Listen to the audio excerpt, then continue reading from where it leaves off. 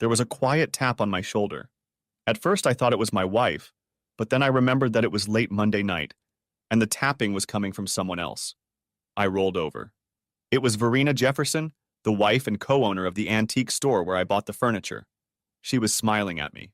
"Wake up, sleepyhead," she whispered. "It's 4 o'clock in the afternoon. My husband will be back soon, and I have to reopen the store." I half jumped up from the old couch.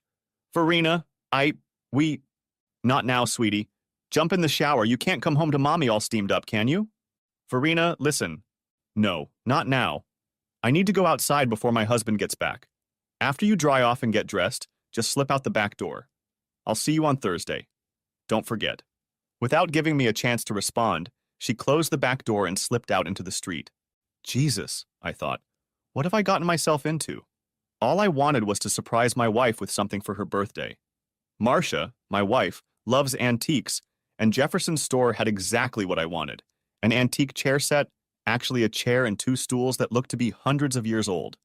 I had to admit that Verena was still a piece of work. 6 feet tall, short black hair, dark skin, probably around 40, great smell. She lured me right into the house. This was my second visit to their store. Last week I'd walked in and found 2 chairs. Verena told me about the matching love seat. She said they had it elsewhere, in a small warehouse. She was so, how should I put it? So seductive. Those eyes, those black, so alluring eyes. She smiled at me. She led me into the back room to look at a picture, and within seconds I was on the couch and then an old bed for 2. I knew. I was stupid. Like the old saying goes, a man doesn't have enough blood to feed both heads. It's either one or the other. I picked up the chairs afterward and loaded them into my Ford Explorer. But she said the couch needed some additional repairs, and I should come back again. I went back. The chair still wasn't ready. She called me a second time. Now I have to come back on Thursday. I can't do that. Verena thinks she's got a playmate. But if I don't come back on Thursday, I won't get the couch. And if I do, what will I do? I'm a happily married man. I'm Catholic. I love my wife, Marcia, and we have 4 children. I've been faithful to her like an old dog, at least until... And now what? I must go home. The drive was long and tedious. First out of town where Jefferson's store was, then down the freeway to the interstate, and finally down Highway 12 to our village and home. I had a lot on my mind. What was I going to do? I just knew. Sooner or later, Marcia would suspect something. I felt awful. What's wrong with me? I'm a good guy. I have a great wife, a bunch of great kids. Marcia's the best. Marcia was always one of a kind. Let me tell you, I didn't just meet Marcia and fall in love. I found her. It was a complete accident. I had to almost force her to agree to meet me. Marcia was raised in the strictest sense of the word Catholic. In a family of 6 siblings, Marcia had chosen to serve her religion. When I first encountered her, she had already been accepted into one of the regional orders. She had already completed a 2-year candidacy program. If I had shown up a couple months later, she would have already been a novice. Then I wouldn't stand a chance. I ran into her one day by dumb luck. Luck? Bad luck? No, the greatest of luck. In retrospect, I think, what a marvelous, happy coincidence. No, a real act of God. I got a phone number. I don't even remember who gave it to me. I was 21 years old and still in college. I called. We talked. We called each other back. She seemed very nice, sweet, innocent, not my style at all. Yeah, but I was Romeo. No, I really was. I was proud of how many I could and had already talked into bed. This one seemed to be easy meat. I remembered her saying she had just graduated and was preparing for a life in the service. To me then, given who I was, that meant something like she wanted to be a prostitute. We agreed to meet at the traffic circle at the end of the bus line near where she lived. I drove up, saw her, and almost immediately hesitated. I stopped, honked, got out of the car, and opened the passenger side door. She slipped inside. As soon as I sat down and got a good look at her, I realized it was a damn mistake. A big mistake. She had a damn hair lip. Pulling away from the curb, even now I remember wondering, how the hell am I going to get out of this? We didn't get far. My awkwardness and her shyness took over. She asked if I could stop. I stopped.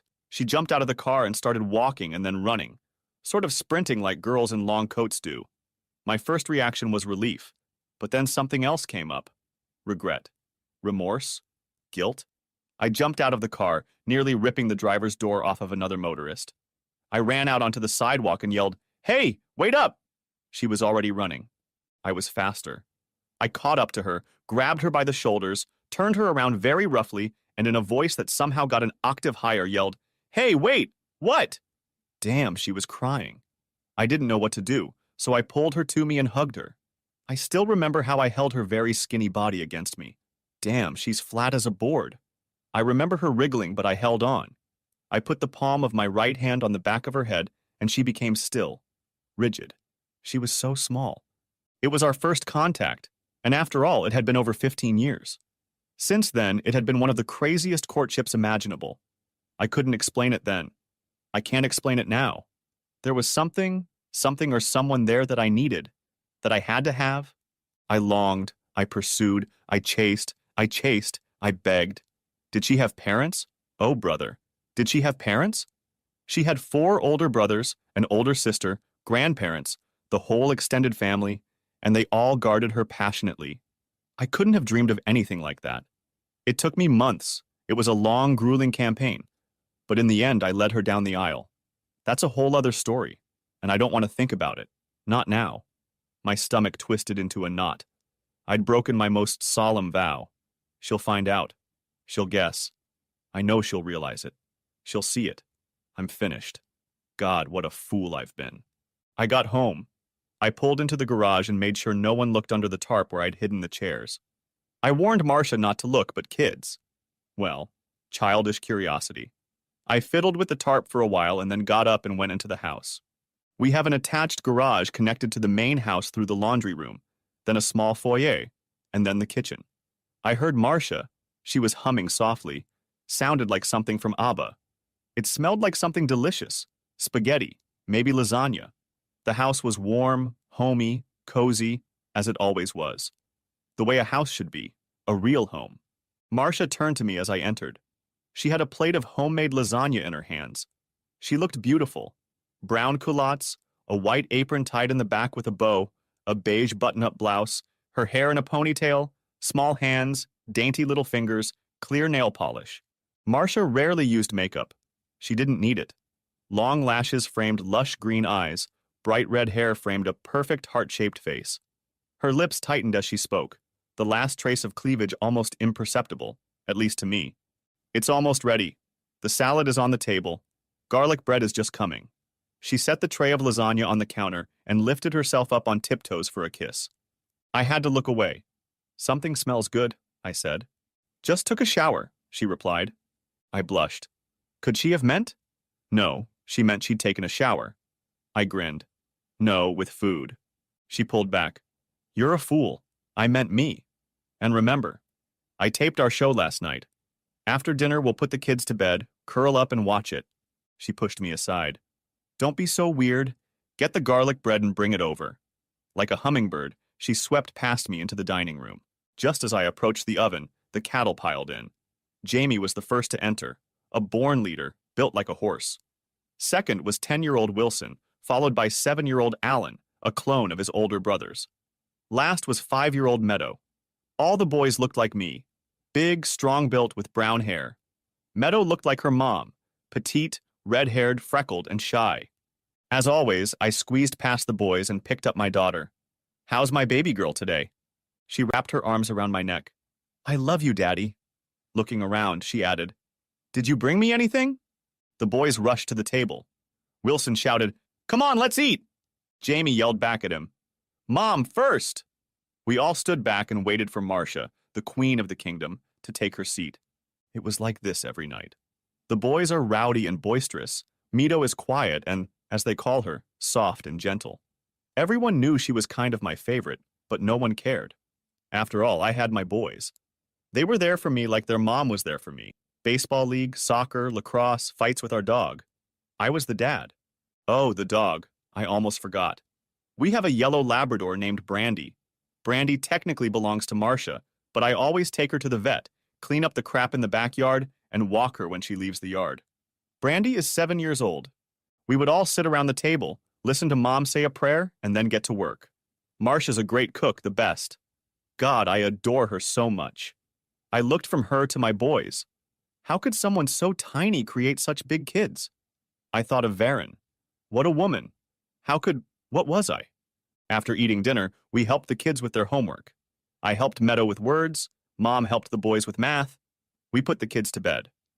Marcia and I made ourselves comfortable and started watching our show, another Hallmark. What else is there to watch for a woman who has almost become a nun? For 2 hours, we cuddled on the couch. After the movie, we'd go to bed, but anything more was off limits. We're Catholics, mind you. No diaphragms, no pills, just the natural order of life. By 11 o'clock, Marcia curled up and fell asleep. I lay hugging my beloved and looking up at the ceiling. I had to call Verena. No more. I'm serious. No more. I got up early. I had to get to the office, then to court. I was involved in a rather important case. An unmarried mother's baby was improperly treated during a medical emergency. The hospital thought they could get away with it. They didn't.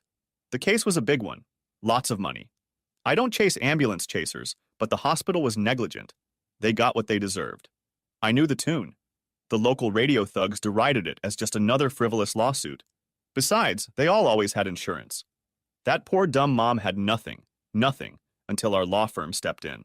The talking heads may have ranted about rising insurance premiums, hospital shortages, and outrageous malpractice fees. But this mother and her child had rights. After a day in court, I tried to call Verena, but the phone went to voicemail. I needed that couch, but I certainly didn't want to socialize with this woman again. I had a wife and a family. I was a happy man. Verena was a mistake. We've been to court again. We're going to win it. I couldn't reach Verena. Guess I'll clear it up when I go to pick up the couch tomorrow. Checked my watch. 3 o'clock. Haven't gotten through to Verena's car yet. I pulled into the alley behind the antique store, got out of the car, and walked to the back door. I knocked. A gentleman appeared on the doorstep. Are you Gary Blackwell, here for the couch? Yes, sir, I replied. That's me. The Jeffersons are not here, but they left us to help you with your purchase. Another man came through the door. He was carrying my couch. Where do you want it? I led him to the back of my car, opened the back door, and he slid it inside. The first man stepped forward with a clipboard. Sign here, please. I signed and nodded my thanks. As I headed for the driver's door, the second man said, Oh, one more thing. He punched me in the stomach with his fist. The second man grabbed me by my tie and threw me against the still unopened door. He pulled my sports jacket down around my arms so I couldn't resist, and in his most serious voice said, Mr. Jefferson has a message for you. Using my tie and shirt collar as weapons, he headbutted me 3 times into the side door. Another man, using his fists, punched me in the chest. I fell to the ground. And he was about to hit me again when the first man pulled him back. No, we're just going to jerk him around a bit. Give him the envelope. The second man tossed me the manila envelope, and the first man opened my car door. Together, they pushed me inside. The first man said, Now get out of here. I felt sick. My head was splitting and my chest was pounding. My pants and shirt were torn. I wet myself. I didn't waste a second. I put the key in the ignition, started my SUV, unlocked the emergency brake, and sped off. I drove as fast as I could, pulled out of the alley and raced down the street until I felt I was far away from those people in the store. I pulled over to the curb and, breathing hard, opened the manila folder. No. God, no. I should have known. A store like that downtown? In a neighborhood like that? Of course it was being watched. Mr. Jefferson, protecting himself from possible burglars, had equipped every room, including the back room, with surveillance equipment. I looked at myself and Verena Jefferson. She was sitting on my lap. Of course, it was only a photograph, but there could be no doubt. Next, in a manila envelope, I discovered a DVD. I didn't need to explain anything. How could I have been so stupid? I sank down on the steering wheel and burst into tears. This can't be. What was I thinking? Then it hit me. What if? Oh no. God no, tell me it's not. I had to go home. Oh, Marcia. What now? What can I say? She never...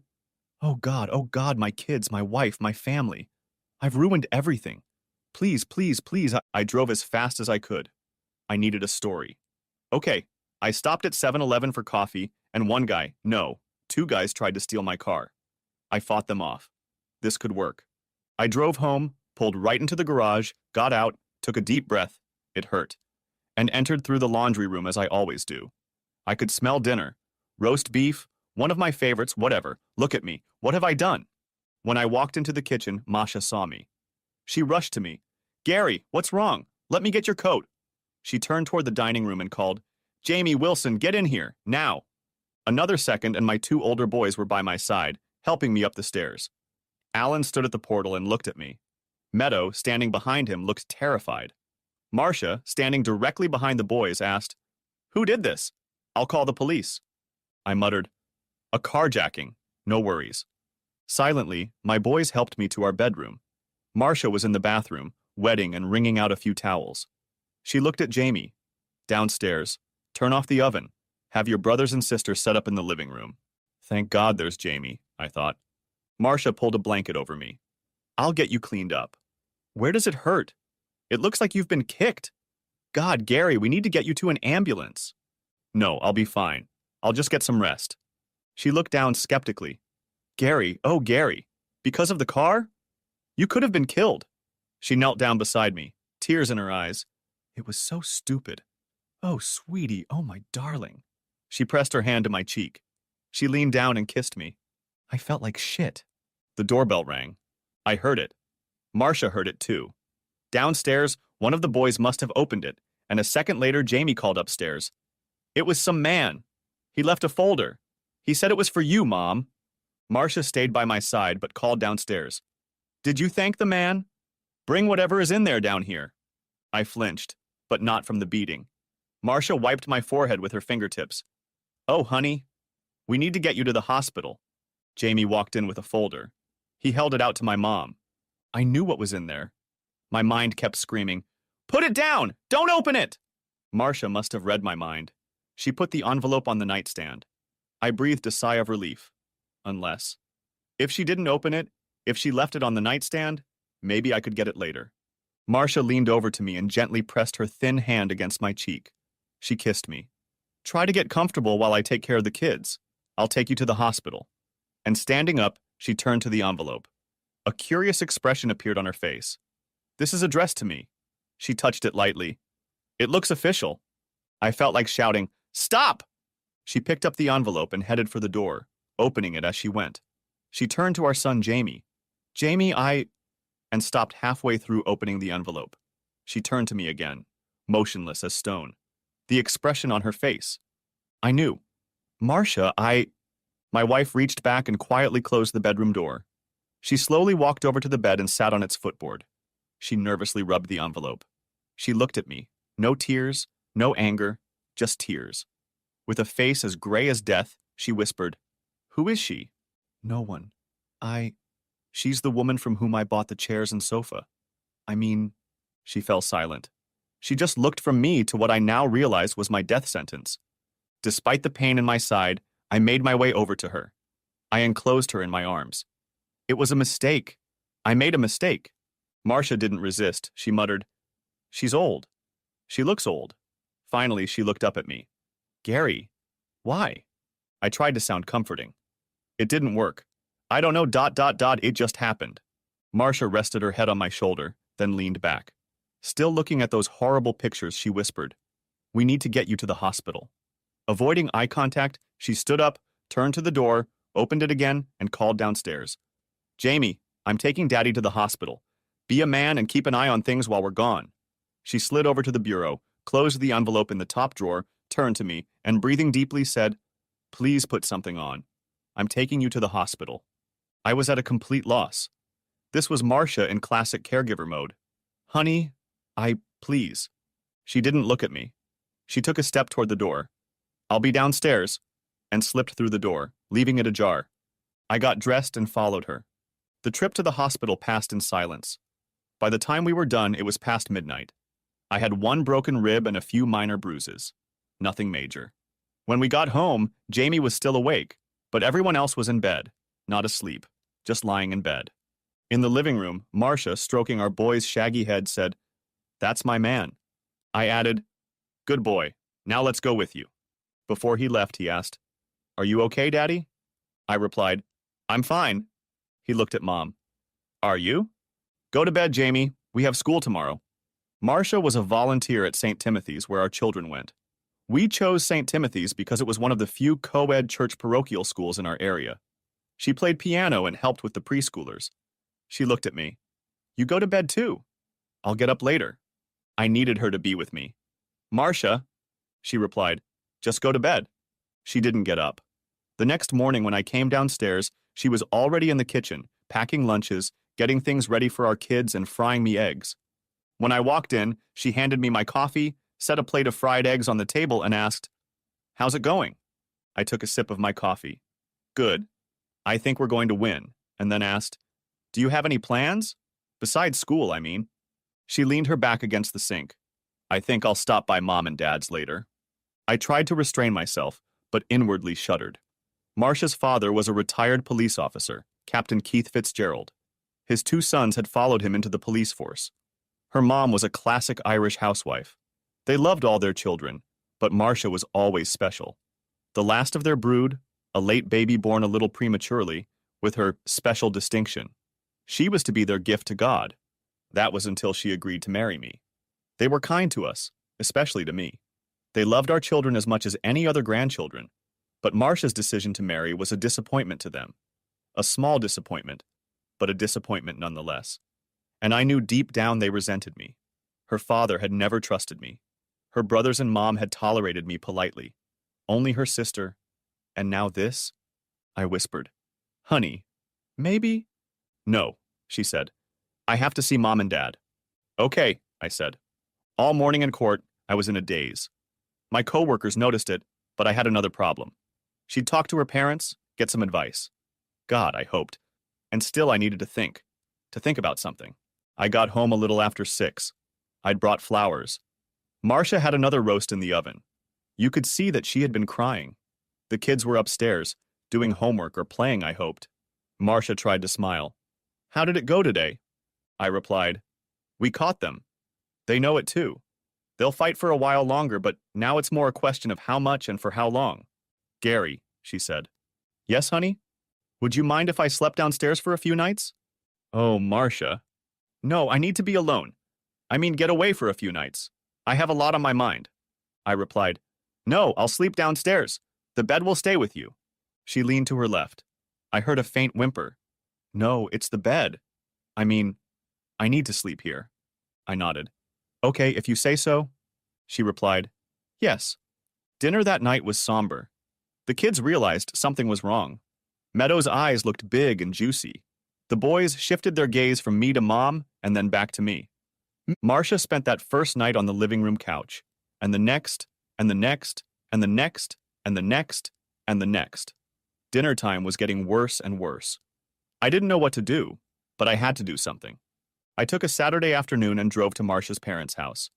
Her mother saw me and disappeared into the kitchen. Mr. Fitzgerald invited me into the dining room. "Well, Gary, what do you have to say for yourself?" "She told you." He nodded. "Mr. Fitzgerald, I made a mistake. I can't explain it. I can't fathom what I did. But I know it was the stupidest thing I've ever done in my life. I'm so sorry. I know I hurt her. I just don't know what to do." His face expressed nothing, but then out of left field came, "She went to see a lawyer." "No. No. I mean, she couldn't have." Her father replied quietly, "Gary, she's terrified. I've never seen her like this. Divorces. Not that. But her lawyer mentioned something like a separation agreement. You have to move out." I was at a loss for words, crushed, not by Marcia, not by my Marcia, not by this. "Mr. Fitzgerald, I need your help. Tell me what to do." His answer was like ice. "You have to move out." I felt he was on edge. One more word from me and I would be on the floor. I replied, "I'll do whatever she wants, but you should know. It will never happen again." He gritted his teeth. Emotions were pressing down on him like cracks in a crumbling wall. Lowering his gaze, he barely audibly muttered, "Don't ever do that again," and then looked up at me. He looked old. I stared at him in despair. "You broke her heart. To her you were—" He shook his head. "Go away. Just go. Go home." "Yes, sir," I said. I stood up, turned toward the door, and walked outside. Mrs. Fitzgerald was standing on the porch waiting for me. She came over and touched my arm. Never noted for her dickish speech, she began. Gary? Marcia? Well, not ever. She, it's her, you know, history, you, we, you weren't like others, people, you were, and her. Oh, Gary, you know what I mean? She was shaking, tears streaming down her face. Gary? You. Go home, Gary. Marcia's just, you have to make things right. I realized what she meant. I walked down the steps and got in the car. I thought back to that first time. I remembered Marcia. That first time. I remember I didn't think she was beautiful. Not beautiful at all. Those lips, her nose, it was all wrong. I held the back of her head in my hand. I used her hair to lift her head. Green eyes, red hair. No, she was beautiful. Very beautiful. If only I didn't have to look at that damn lip, her left lip. Yeah, that's what was wrong. That wicked red line from her lips to her nose just drew my gaze, distracted me from everything else. Freckles, cheeks, hair. My God, that hair and those eyes. I took my gaze away and looked into her eyes. God, she was looking at me and she knew. So you're Marcia. She started squirming again. Okay, you've had enough, so let me go. No way, do you remember my name? Gary something. Blackwell, scumbag Blackwell. She began to wriggle even harder. I didn't let her go. Yes, that's me, Gary the scumbag. So when can I ask you out? I thought, have I lost my mind? Then she really twitched. If you don't let go, I'm going to scream. Still not letting go of her, I said, look, I can't do that. How about you agree to let me take you to McDonald's? We'll get a burger or something. It's the least us can do. We'll talk for a while and then I'll drop you off. So how about it? Why would you want to do that? You see, I loosened my grip a little and she seemed to relax. Yeah, I can see that. But on the phone, when we talked on the phone, I thought we were getting along. She replied, that was a mistake. I got angry. I remember thinking, what the hell? If any of my friends see me with her, shit. I said, look, I'm not asking you to marry me. It's just a damn burger for Christ's sake. She flinched. Not only are you a creep, you're also a foul-mouthed freak. She had me figured out. I was probably the last worst person to be seen with her. Not just me with her, but she with me. I really was a worthless piece of shit. Looking at her, and her at me, I realized what a piece of shit I was. I said, okay, I apologize. I used a bad word. Now how about this? A lousy Coke and that's it. Then I'll drop you off. She agreed. Okay, just a soda. I walked her to her car. All the way there I thought about my best friend, or almost best friend, who had recently died in a car accident. He was driving a Stingray and ran a red light. He hit a pole. They say the damn thing just exploded. His body was a mess. I was the casket bearer at the closed casket. Yeah, but I wasn't thinking about his death. I was thinking about what I'd agreed to. A good friend of mine had a girlfriend. She really loved him, but he knocked her up. She didn't want an abortion. She wanted to get married. He didn't say yes or no. Then he got to thinking. He started reaching out to his buddies, guys like me.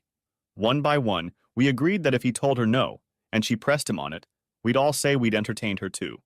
My friend decided she would look like a slut if we all did that, and she backed off. No one thought about DNA back then. It was 1998, and we were too stupid. He even figured she might get so upset she'd kill herself. Anyway, my buddy thought his problem would be solved. But instead, he was murdered. That's the kind of guy I was. The kind of guy who would lie about a nice girl to get a no-good friend out of a bad situation. That was 1998. I was older now, and I walked this hair slut to the car to take her to McDonald's.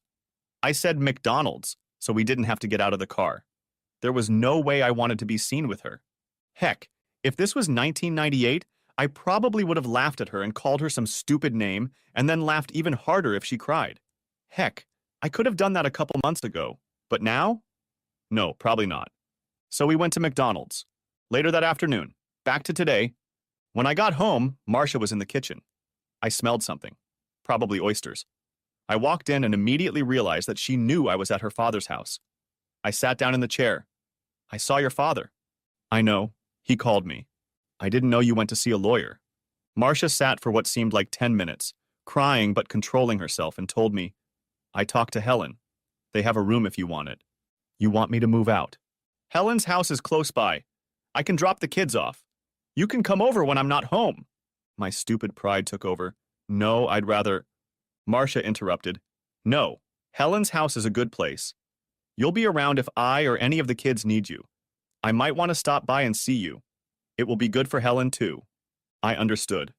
I was out, but not all the way. I replied, Helen and I always got along, and after Brian died, she was pretty much on her own. I guess I could go there and then be here if anything happened. Helen was Marcia's closest sister. Her husband Brian had died of Hodgkin's disease quite some time ago, and she still hadn't come to terms with it. She had a little boy, Marion, not even 5, a good kid, missing his father. Puzzled, I added, Marcia, we don't have to do this. Couldn't we? She interrupted me again. No, it's better this way. You have to go to Helen. When do you want me to go? Tonight after dinner.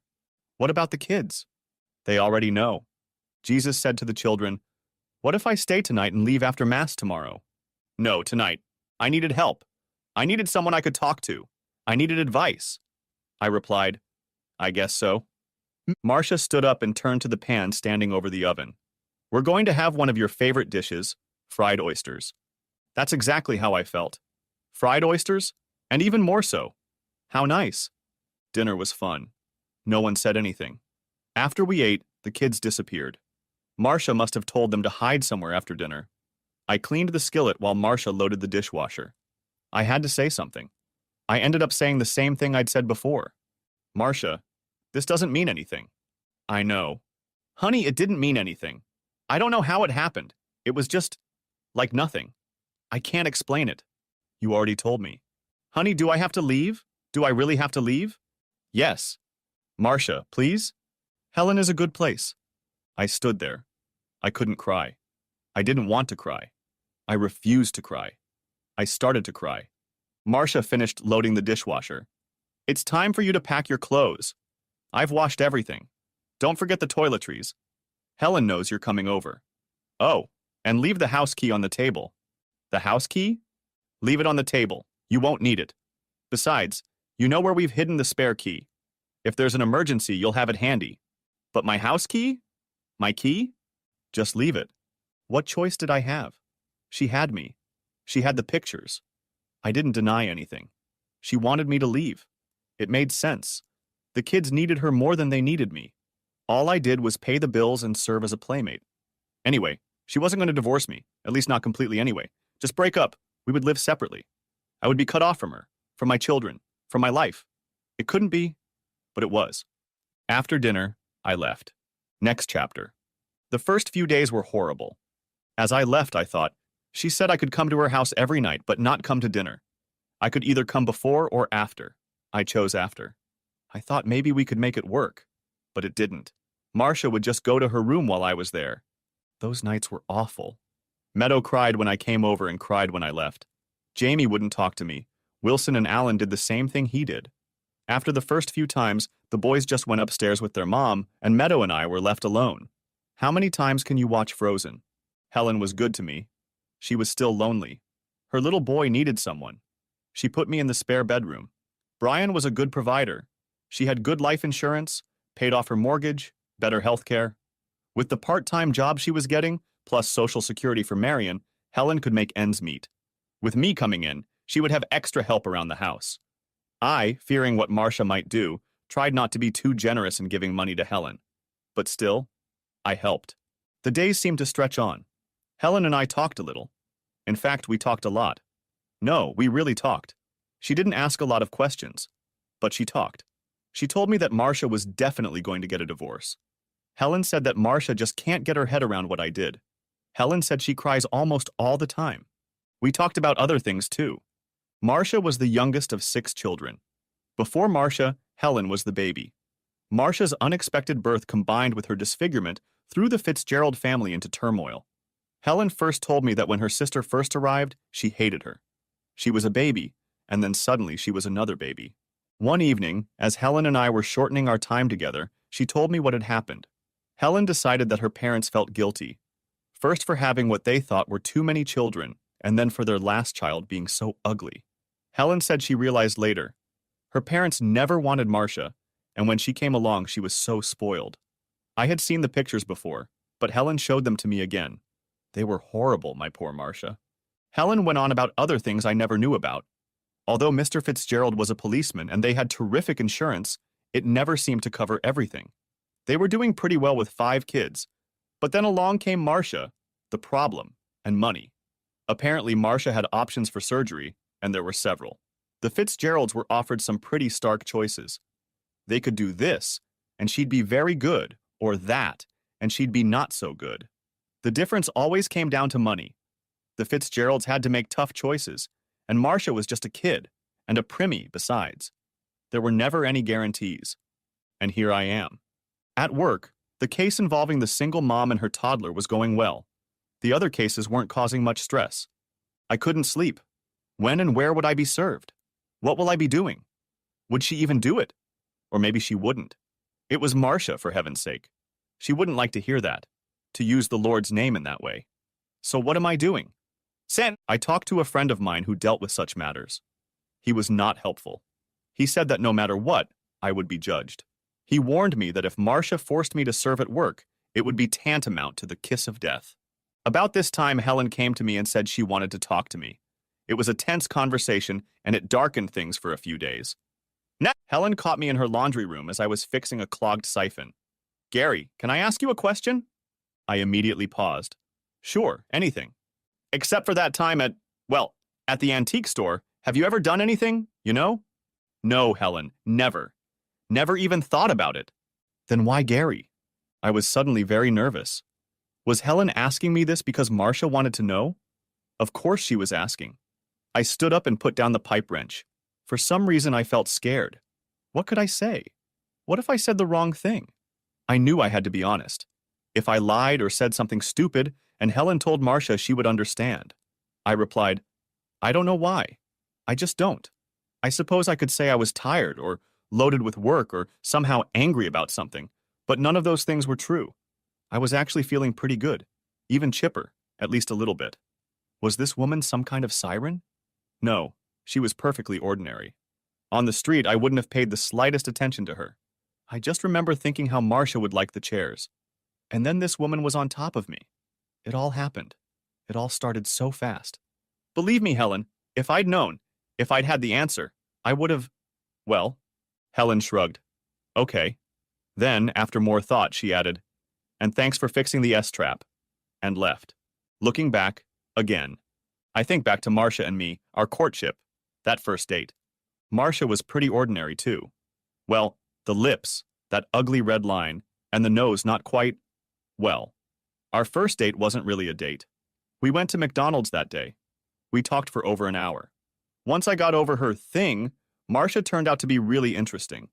For someone with similar problems, she had a melodic voice, a little chirpy.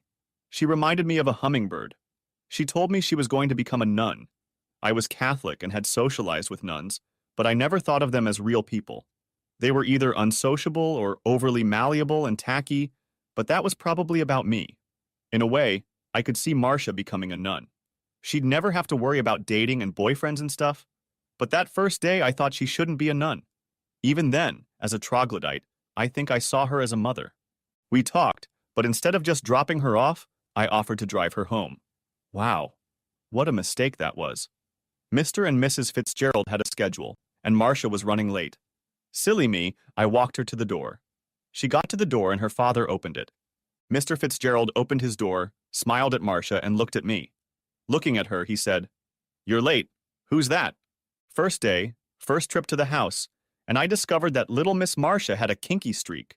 She smiled at me, looked at her father, and said, "He's the reason I'm late."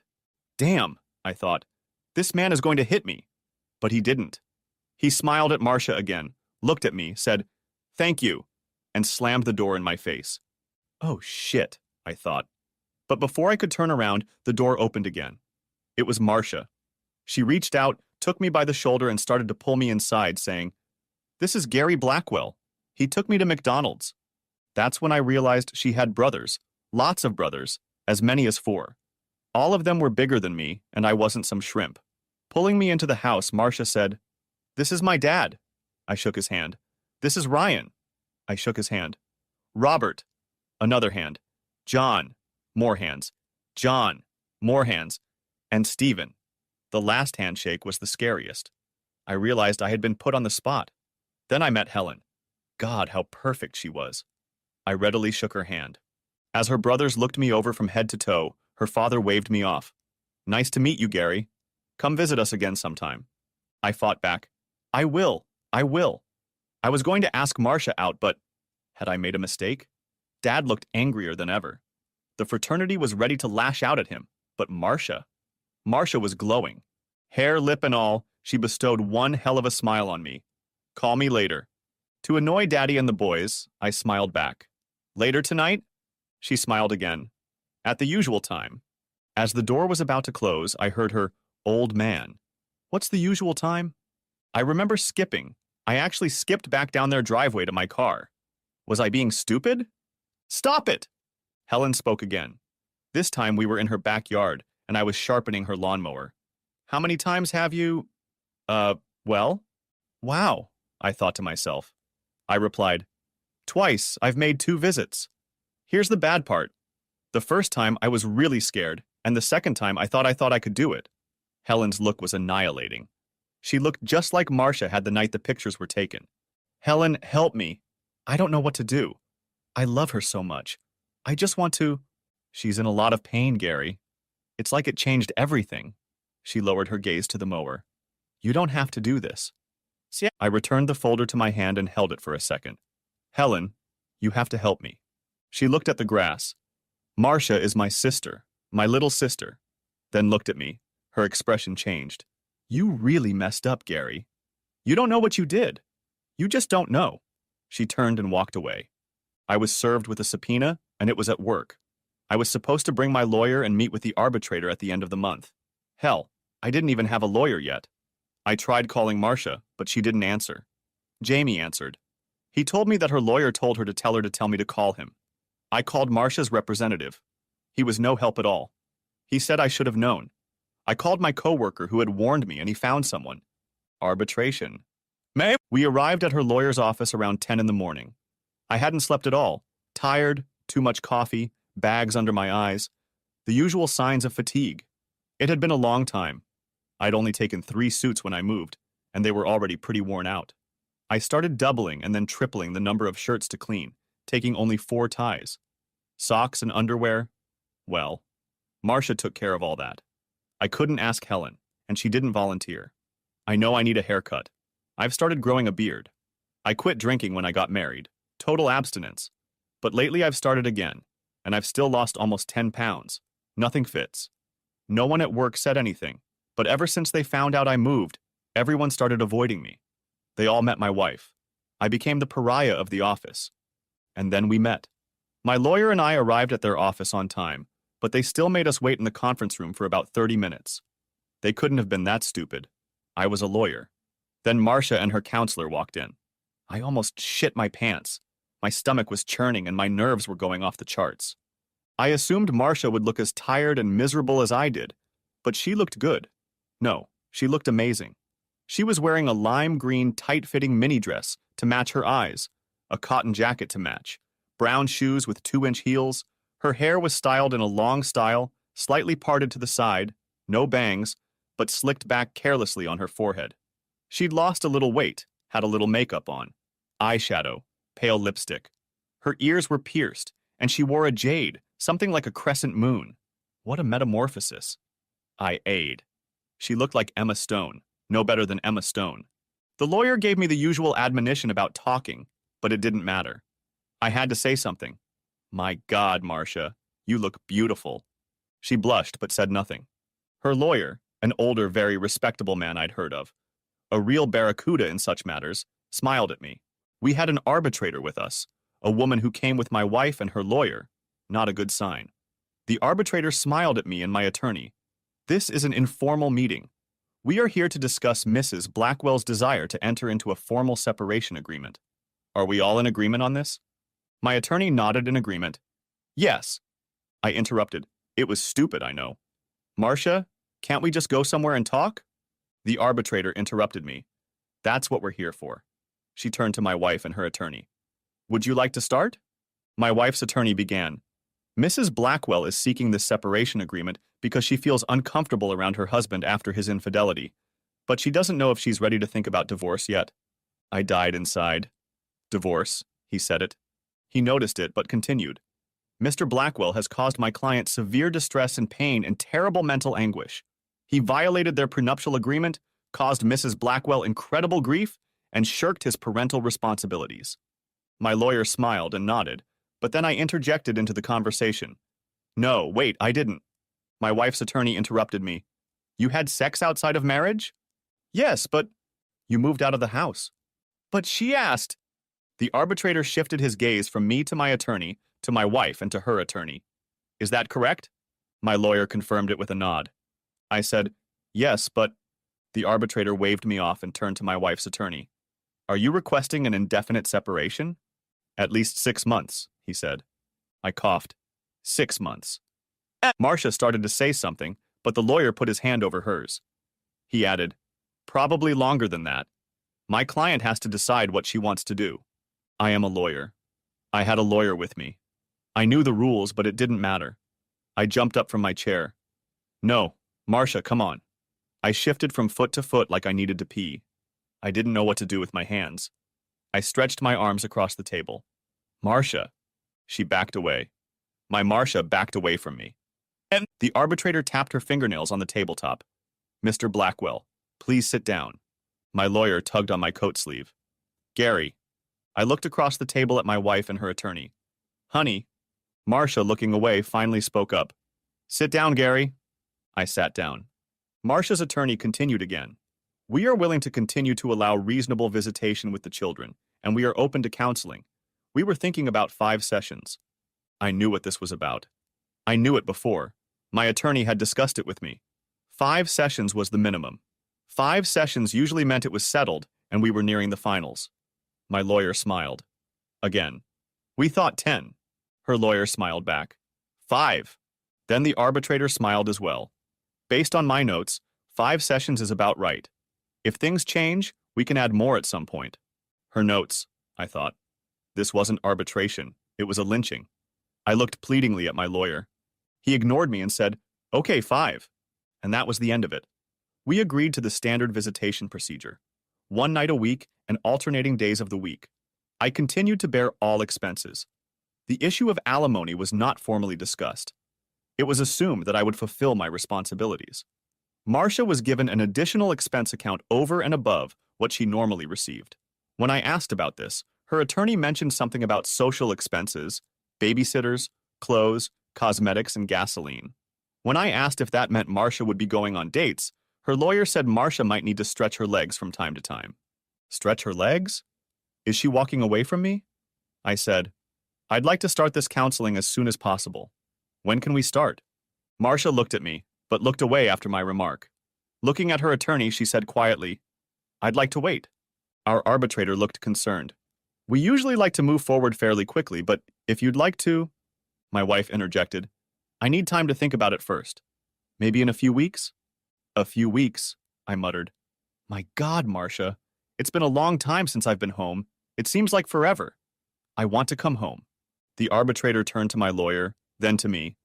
I think we'll let Marcia set the schedule. I looked at my wife. I tried to look as pitiful as I could. Marcia, dear, please. She didn't look at me. The arbitrator looked at Marcia and her counselor again. Let's take a break for 10 weeks. I have a list of good counselors, still looking at his wife and never once looking at me. You can check their references and calendars. When you decide, we'll set up a schedule. Finally, my attorney had something to say. 10 weeks is a very long time, and in my experience, both parties are involved in the selection of counselors. The arbitrator looked at my wife. She shook her head emphatically in the negative. The arbitrator smiled and turned to her. There is always room for compromise. Let's say a 5-week break, and you choose your own counselor. Marcia still shook her head in refusal. The arbitrator suggested, 8 weeks then? Marcia looked from the counselor to the arbitrator, but not to me.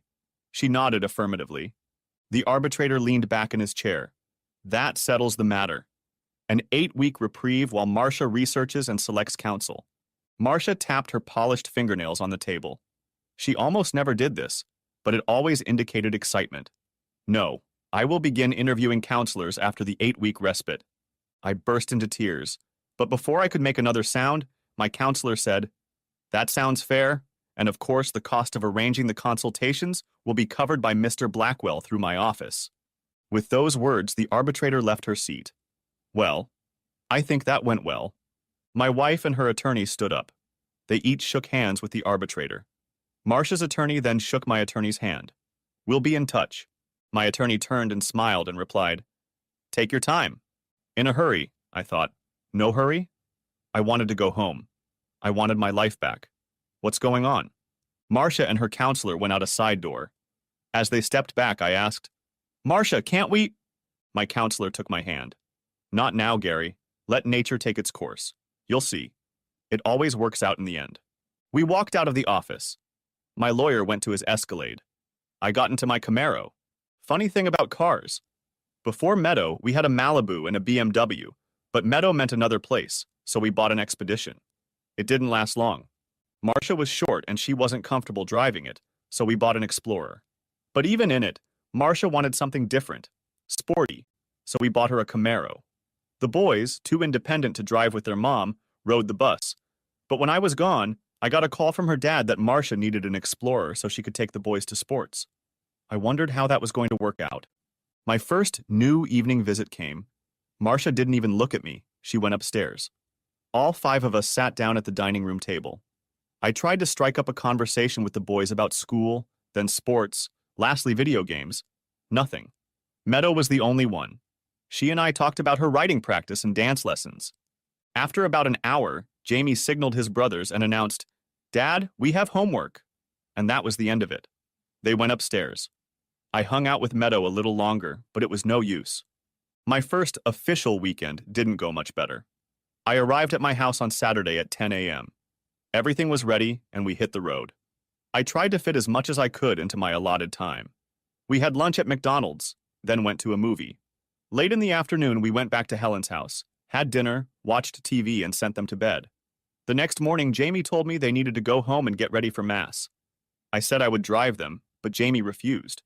He said it was Mom's job and that I shouldn't be with her. So the weekend turned out to be a disaster. I put Helen's boy, Marion, on the program. He seemed to be the only one having fun. Even Meadow was glum and unsociable. I gave up and said, "Maybe next time?" None of the kids said anything. I drove them home before 9 o'clock so they would have time to pack. The following weeks followed the same formula. The kids were polite and well-behaved, but it was obvious that I was becoming an outsider. I was even losing Meadow. Something was happening. I didn't know what exactly, but I couldn't imagine Marcia turning our kids against me. But I just didn't know. What was I supposed to do? As I tried to make sense of the situation, I spent a lot of time reminiscing. In the early stages of our acquaintance, Marcia certainly wasn't anyone's cat meow, but she certainly wasn't my cat meow. I liked her, but there was no love. Nevertheless, I continued to date her. In fact, since our first date, I haven't dated anyone else. At the time, I thought I was using her. How did I realize that? I figured that since I was dating this little homely lowlife, other people, especially girls, would see me as some kind of gallant guy. Which was cool. It worked. But I still didn't go out with her. I guess I felt sorry for her. Plus, I was finishing law school, and I needed time to study. It was a symbiosis of sorts. I stayed home and studied for exams, and she did her religious stuff. It turned out that either I was in her parents' house or she was in my apartment with me. Both were studying and praying, but neither of them were socializing. It was nice. She was so quiet. Something unusual in a young woman. I remembered our first real date. I had bought tickets to a play downtown. I didn't know then that her mom had taken her, and they bought a new black dress. Her first, I was told later. She was so young. Anyway, I had it all planned out. I would arrive at her house, give her flowers, knight her, take her out to dinner, then to a play, and get her home at a decent time to go have fun afterward. Nothing ever works out the way we plan. I was just about to drive off, but then some fool rushed onto the highway. He or she changed lanes too abruptly. I ended up in the back of a huge pileup. My car wasn't damaged, but I was trapped in the middle of a long string of cars. There were cell phones around, but I didn't have one yet, so there was no way I could call and warn Marcia.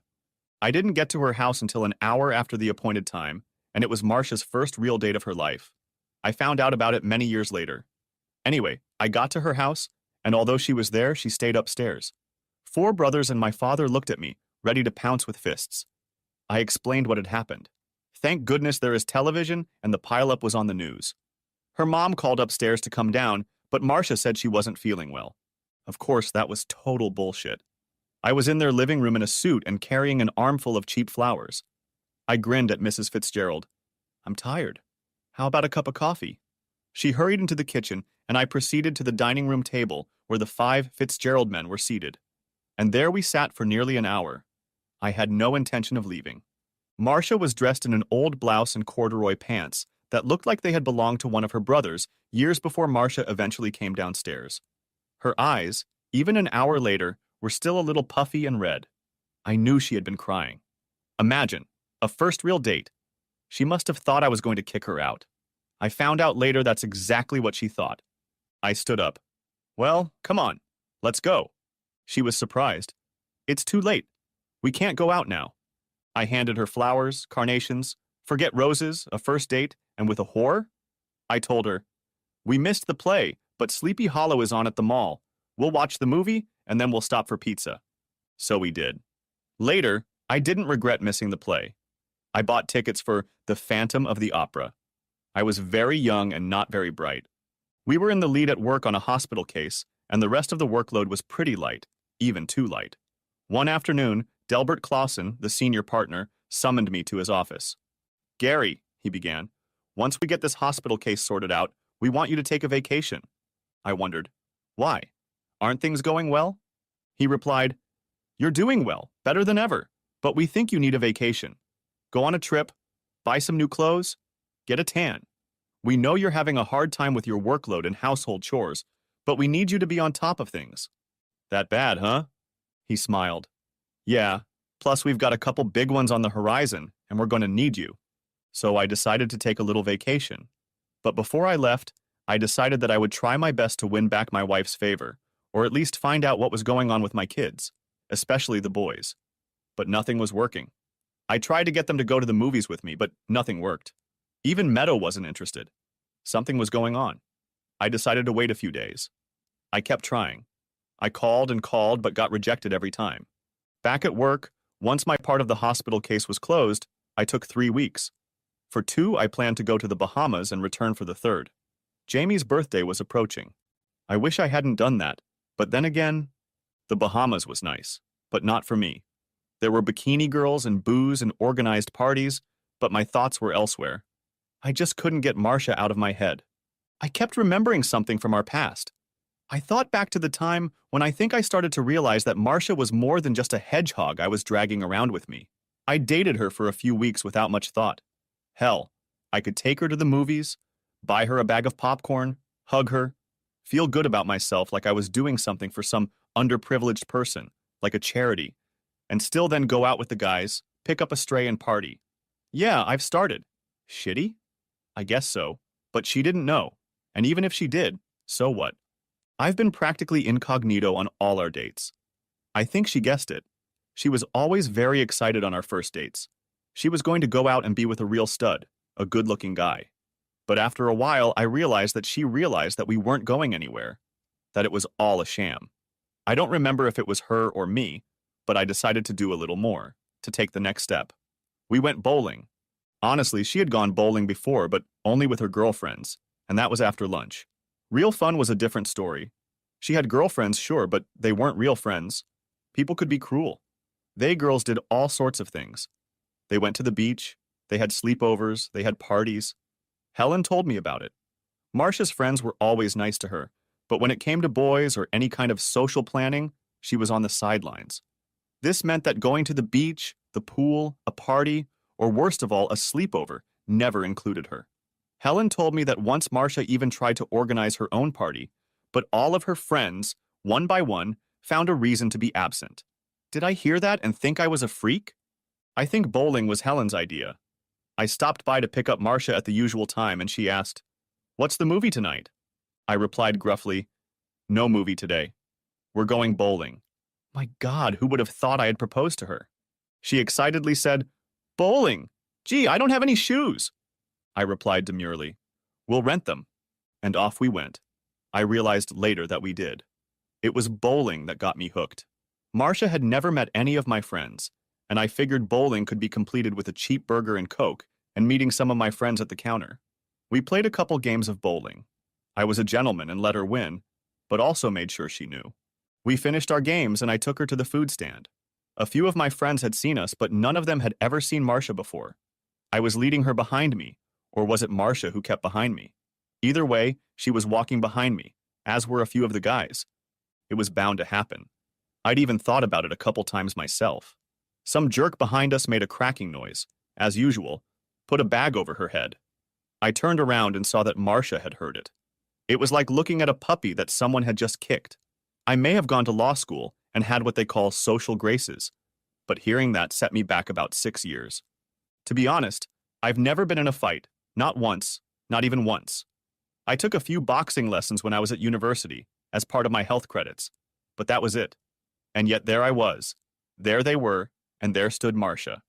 I did and said the only thing I could think of. I shoved the son of a bitch and growled, "Screw you!" In the old days, a knight would throw down the gauntlet. Where I grew up, it was, "Screw you." I was amazed. The guy and his friends immediately backed off. The guy who made the remark raised his hands palms outward. "Sorry, man," and looked at Marcia. "Sorry, really," and they all hurried away. I threw a glance at Marcia, and holy shit.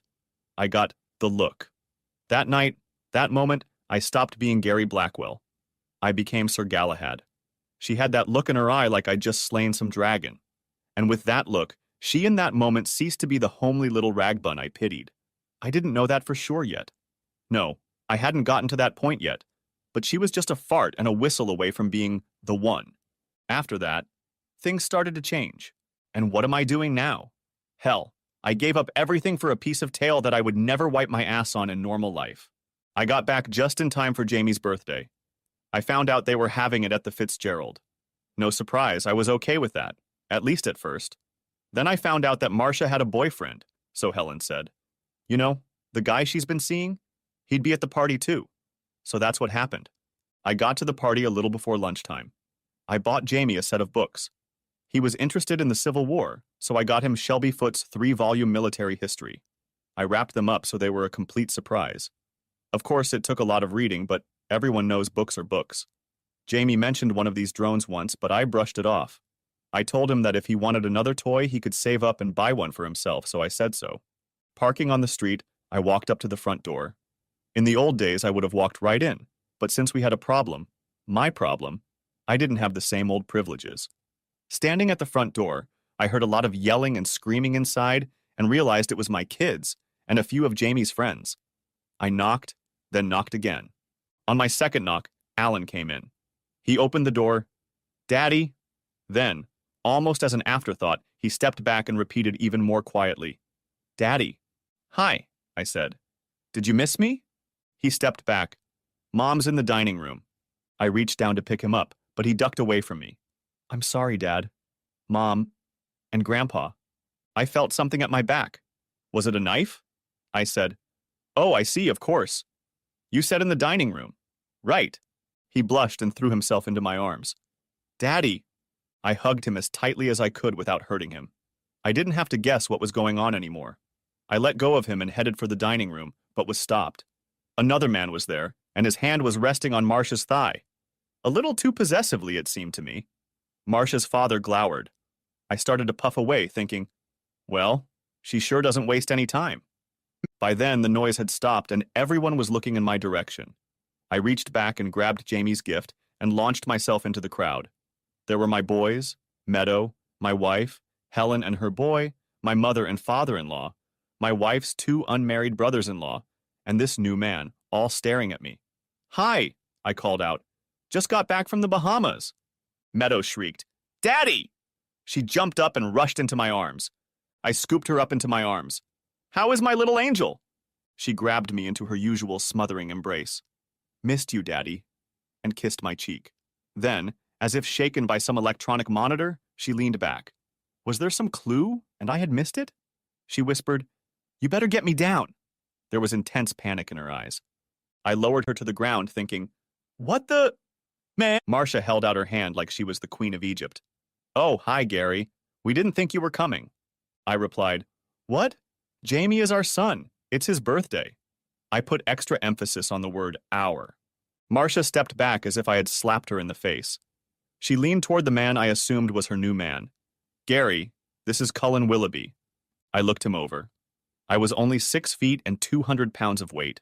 He had nothing on me, but what he did have was Marcia's hand. I held out my hand. Nice to meet you. He took mine. Nice to meet you too. We had a brief handshake contest before I twisted my hand to release the tension. I could see that he felt he had won some small victory. I glanced at Marcia. She saw it and thought so too. I added, You're dating my wife. He smiled at her, then at me. We've become friends. I looked at Marcia but couldn't understand her. I looked around again, found Jamie's present and held it out. I brought you some books, Jamie. Jamie took the package and opened it. His eyes lit up. Shelby Foote. I smiled. Yes. Marcia ignored me and the gift. Callan bought him a drone. I smirked. A toy, how cute. No one understood. Willoughby had to say something. Counselor, I heard. You're the one who prosecuted the case against Community Hospital when the unwed mother delayed taking her daughter to the hospital until it was too late. The surgeons barely had time to save her, from what I hear. Yes, she's only nearly blind now. He said, I heard. I wish she had taken her baby to someone sooner. I said, Too bad she didn't have insurance. He said, I've heard that medical expenses, doctor's fees, malpractice insurance are all problems we live with today, aren't they? I said, You think so? The child is still a young child. Do you think she cares? He said, Don't get me wrong. I don't think the lawsuit was frivolous. I interrupted his arrogant ass. But it would have been cheaper to just leave the baby blind. No, that's not what I meant, he replied. I graciously excused myself. I'm sure you didn't mean to, but medical costs are high. This woman only makes $8 an hour. She'll never be able to afford all the procedures her little girl will need, I added. Sometimes it's hard when you're a parent without means. He surrendered. I didn't say her child shouldn't get help. I just figured that almost everyone has some kind of insurance these days. I grinned. Forget it. With the amount of money we get, the kid will be fine, and it will help my kids get into college. From the other end of the table, Mr. Fitzgerald muttered, Ambulance chaser. What a bastard. Even his sons looked surprised. I couldn't let it pass my ears. You could use one of those. I knew I shouldn't have said that as soon as it came out. I didn't look at anyone. It was just lying on the table and stinking. Mrs. Fitzgerald looked uncomfortable. She knew what I meant, and she knew I was right. But that didn't make me feel any better. That was Marcia's cue. I couldn't believe her. You missed the best part of the party. We've already sung, opened presents, and cut the cake. Would you like me to wrap up a slice for you? I shifted my gaze from her parents to her brothers, to Helen, to Cullen, and back to Marcia, and realized, regardless of whose sons and daughters were here, and that Marcia was still, at least technically, my wife, this was not the place for me. I caught Jamie's eye in the crowd. I gave him my best fatherly look and said, Careful with that drone, son. I looked at my watch. I really had nowhere to go, but I didn't want to stay at my own son's party. Well, gotta go. Gotta get to work on time. I spun in place and headed for the front door. Walking back to the car, I started thinking, again, what I did was wrong. Sure, I knew it was. But this? This shit with some other man? Marcia? Where did he come from? And my kids, her own father poisoned the well. Why would he do that? I hadn't seen Marcia do anything like that, but who knew? I'd messed up, and I guess that made all the difference. As the old Willie Nelson song goes, a woman's heart of gold turned to stone. Just as I got to my car, I heard someone behind me yell, Daddy, wait! It was Jamie. He ran up to me, out of breath. Dad, where are you going? Well, Take me with you. He was right on top of me. I figured I didn't have anything to eat here, so I went to Denny's. Okay, he said, scrambling to the side door and jumping in. From inside, he shouted, Come on! I climbed inside. Aren't you supposed to? No, he interrupted. Come on, let's go. I put the key in, turned on the ignition, released the emergency brake, and off we went. The Denny's I had originally planned to visit was near my apartment, but with Jamie on board, I decided to go to the one across from the mall down the road. I looked at my boy. I'm glad you're here, but it's going to piss your mom off. So what? He said. Jamie, I admonished. He turned so that he was looking directly at me. His seatbelt wasn't buckled. Look, you don't understand what's going on. I shifted my gaze from him to the highway. Okay, but buckle up first. I watched as he complied with my request. Good kid, I thought to myself. Dad, you just don't know anything, and Denny's okay? Maybe you like Ruby Tuesdays better or something? How about Texas Roadhouse? I can get steak and ribs on the side, plus we eat peanuts. I smiled. You're not really hungry. He lowered himself into his seat. More to himself, he said, I have something to tell you. I ignored the remark. We drove to the Roadhouse in silence. Sure enough, when we got there, they had a line. I left my name and got one of those electric pagers. The weather wasn't too bad, and we decided to wait outside. I looked at my boy. Okay, what happened? This man and Grandpa and Uncle Stephen. They're out to get you. I thought, you've got my attention, and asked, okay, what does that mean? This man is out to get Mom, and Grandpa and Uncle Stephen are helping him. I nodded. Dad, I heard him talking. He wants to marry Mom. He wants to move in with us, wants our house and everything. You mean sell it? What? Yeah, that's what I think. I don't. He told us. You see, he has 2 daughters. They came to visit us. His wife ran away or something. He got divorced or they separated and... I don't know. He told his mom, but not us. My stomach churned. The man lost his wife. He's got 2 kids. The bastard wants a family. He wants my family. I muttered, no kidding? What does he do for a living? Did he say anything about that? Yes. He works in Richmond, but he goes to Baltimore a lot. He talks about something called the Fed. Oh my God, I shuddered. The Federal Reserve. Jamie said the Federal Reserve? Yes, Dad. He works for them. Do you know what he does? The Federal Reserve manages our money supply. Their main office is in Baltimore, but they have offices in Richmond as well. Jamie asked. Is he rich? He drives a Mercedes. The Mercedes didn't scare me. Nevertheless, I nodded. Maybe. It's the federal government. They pay good money. Jamie was very upset. He had a right to be. Daddy, I know what you did. You were wrong. I was really mad at you at first. Wilson and Alan are still mad. And Meadow, well, she doesn't understand these things. Tell me, Jamie, does your mom know how you feel? Well, sort of. She knows we didn't want to be around you. She knows that I know what you did. She doesn't know what my brothers know. How did they know? I told them, Dad, I was so mad at you, but you know. No, tell me, son. I'd like to know. Our pager sang its tune. I started to get up, but Jamie pulled me back down. Not yet. Wait, listen. I sat back down. Okay. Listen, you're our father. Yes, you were wrong, but still, we need you. Mom needs you. Mom really needs you. Meadow needs you. Daddy? Yes? Daddy, you've been gone a long time. You're at Aunt Helen's. Mom wanted you there so she could keep an eye on you. She talks to Aunt Helen every day. She hears how you're doing. And yes, she keeps track of where you go with GPS. Daddy, you've got to do something. This person... I certainly understood why Marcia wanted me at Helen's, and I knew she was taking what I did hard. But the GPS? And this man? Son, what else do you know about this man? Grandpa likes him. Uncle Steve was the one who brought him here. Really? Yes, he's a friend of one of Uncle Steve's. They spend a lot of time together. Grandpa is very angry with you. He says you look like some kind of politician, a man named Jonathan Edwards. Who is he anyway? Grandpa says Mom should divorce you. I ignored the remark about Jonathan Edwards. What does Mom say? Come on, Dad. We're Catholic, and besides. Besides what, Jamie? You know, Mom's stuff. She thinks, God, son, that was so long ago. She had surgery when she was a kid, and a bunch of other procedures since then. Sure, her lips were bright red when we met, but she's had so many cosmetic procedures since then that it's almost unnoticeable. Dad, before what you did to that woman, Mom told us about you. You know, she told us what you were like. I realize that's true, and I'm not proud of who I was. What do you mean? She was telling us how great you were, how you were Superman, how you took care of her, how you made her love you, and all the nice things you did. Man, you must have been something. No kidding. She said I was really good. Dad, she loves you so much. You were perfect, and then, well, now I think she kind of expects you to, well, you know. Just then, Jamie was interrupted.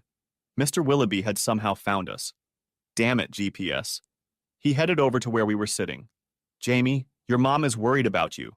You just ran away. I saw my son's shoulders tense. It's okay. I'm with Daddy. Well, Willoughby said. She sent me to get you back. My son stood up. I don't need you to bring me back. Daddy can do that.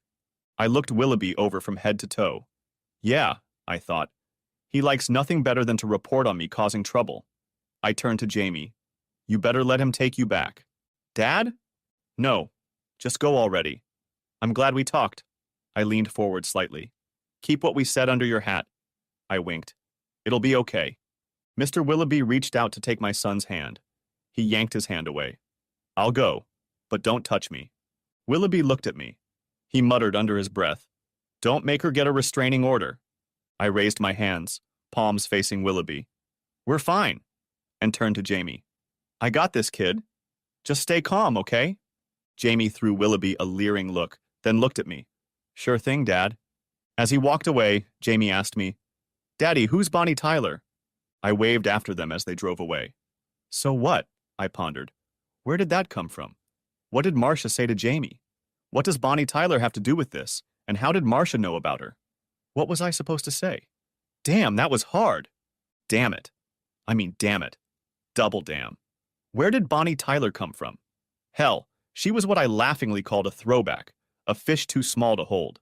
She was just a silly little girl, so caught up in ideas about love and happily ever after, that she fell for the first asshole who paid attention to her. Bonnie was exactly that. A skinny, musky girl I found in the library my senior year of college. She was studying English literature and working on an assignment on Defoe when I bumped into her. A little lowlife. I dated her. She'd fallen in love. I could have gotten her, but I just couldn't bring myself to defile someone so naive.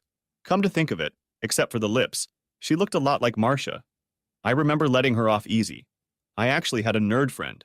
I introduced them, and me, imagine that. She later called me her lucky charm. I heard they got married. I thought about it some more. I needed to pull my head out of my ass. I needed to save my own marriage. Okay, we have 5 sessions. That's a start. We'll see from there. Hell, nobody's gonna sell my house. Willoughby's an asshole if he thinks he can control my life. And Mr. Fitzgerald and young Mr. Stephen, aren't they pieces of work? I'll get to them too. I never ate. I took the electric monitor into the house, found my car, and went back to Helen's. Today I got a call from a lawyer. Marcia has chosen a consultant, a woman named Melody Whiting. I'll call her Dr. Whiting. We are supposed to have 1 individual session each, and then the last 3 sessions will be done together. I didn't think that's how we were going to have it. I guess I was wrong. I had 1 session with the counselor. It went about as I expected. She asked me the expected questions. Why we are where we are, what I want, what I am willing to do. Do I understand Marcia? All the usual. I talked for about 20 minutes and she listened and took notes. She said I would be informed when the 3 of us got together. As I left, she seemed somewhat dismissive. It made sense. She's Marcia's person. I didn't think this was going to be easy.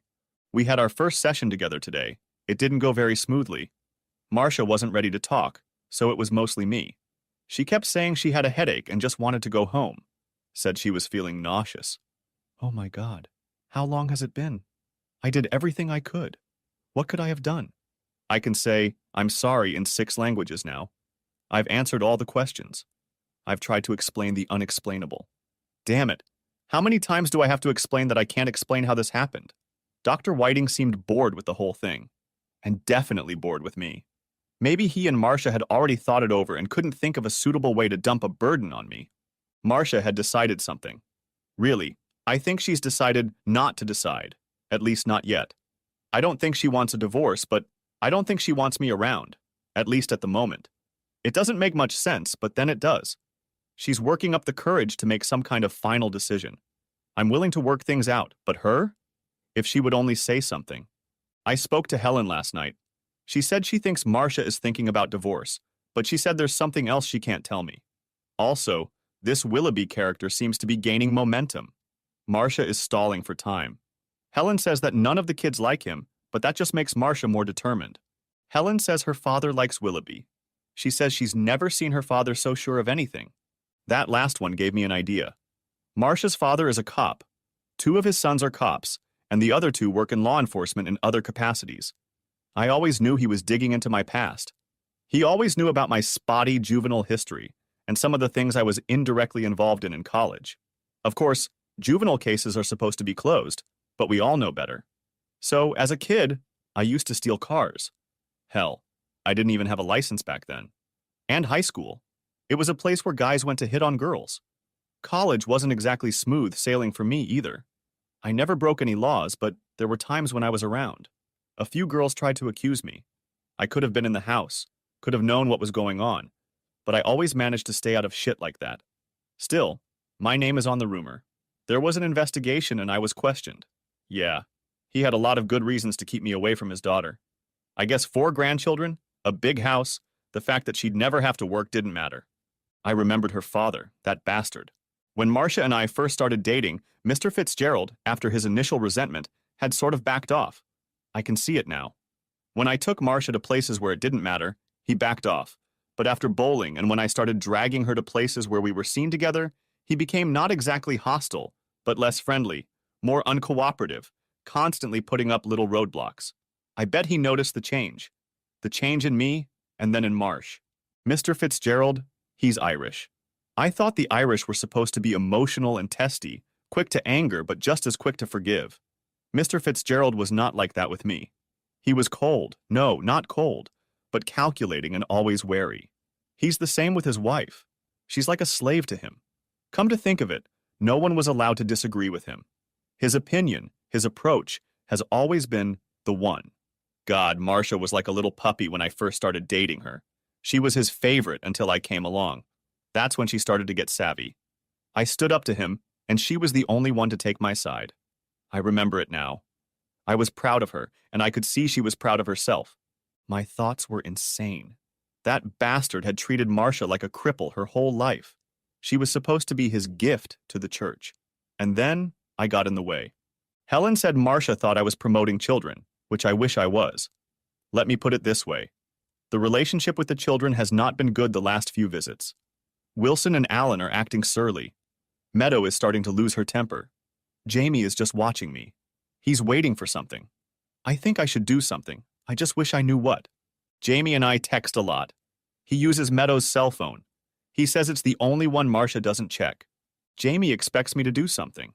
I know he is. I just don't know what. I keep trying to apologize, but Marcia won't listen to me. Jamie gave me a good tip. He said his mom and this Willoughby guy go out to eat a lot, maybe twice a week. That's a lot.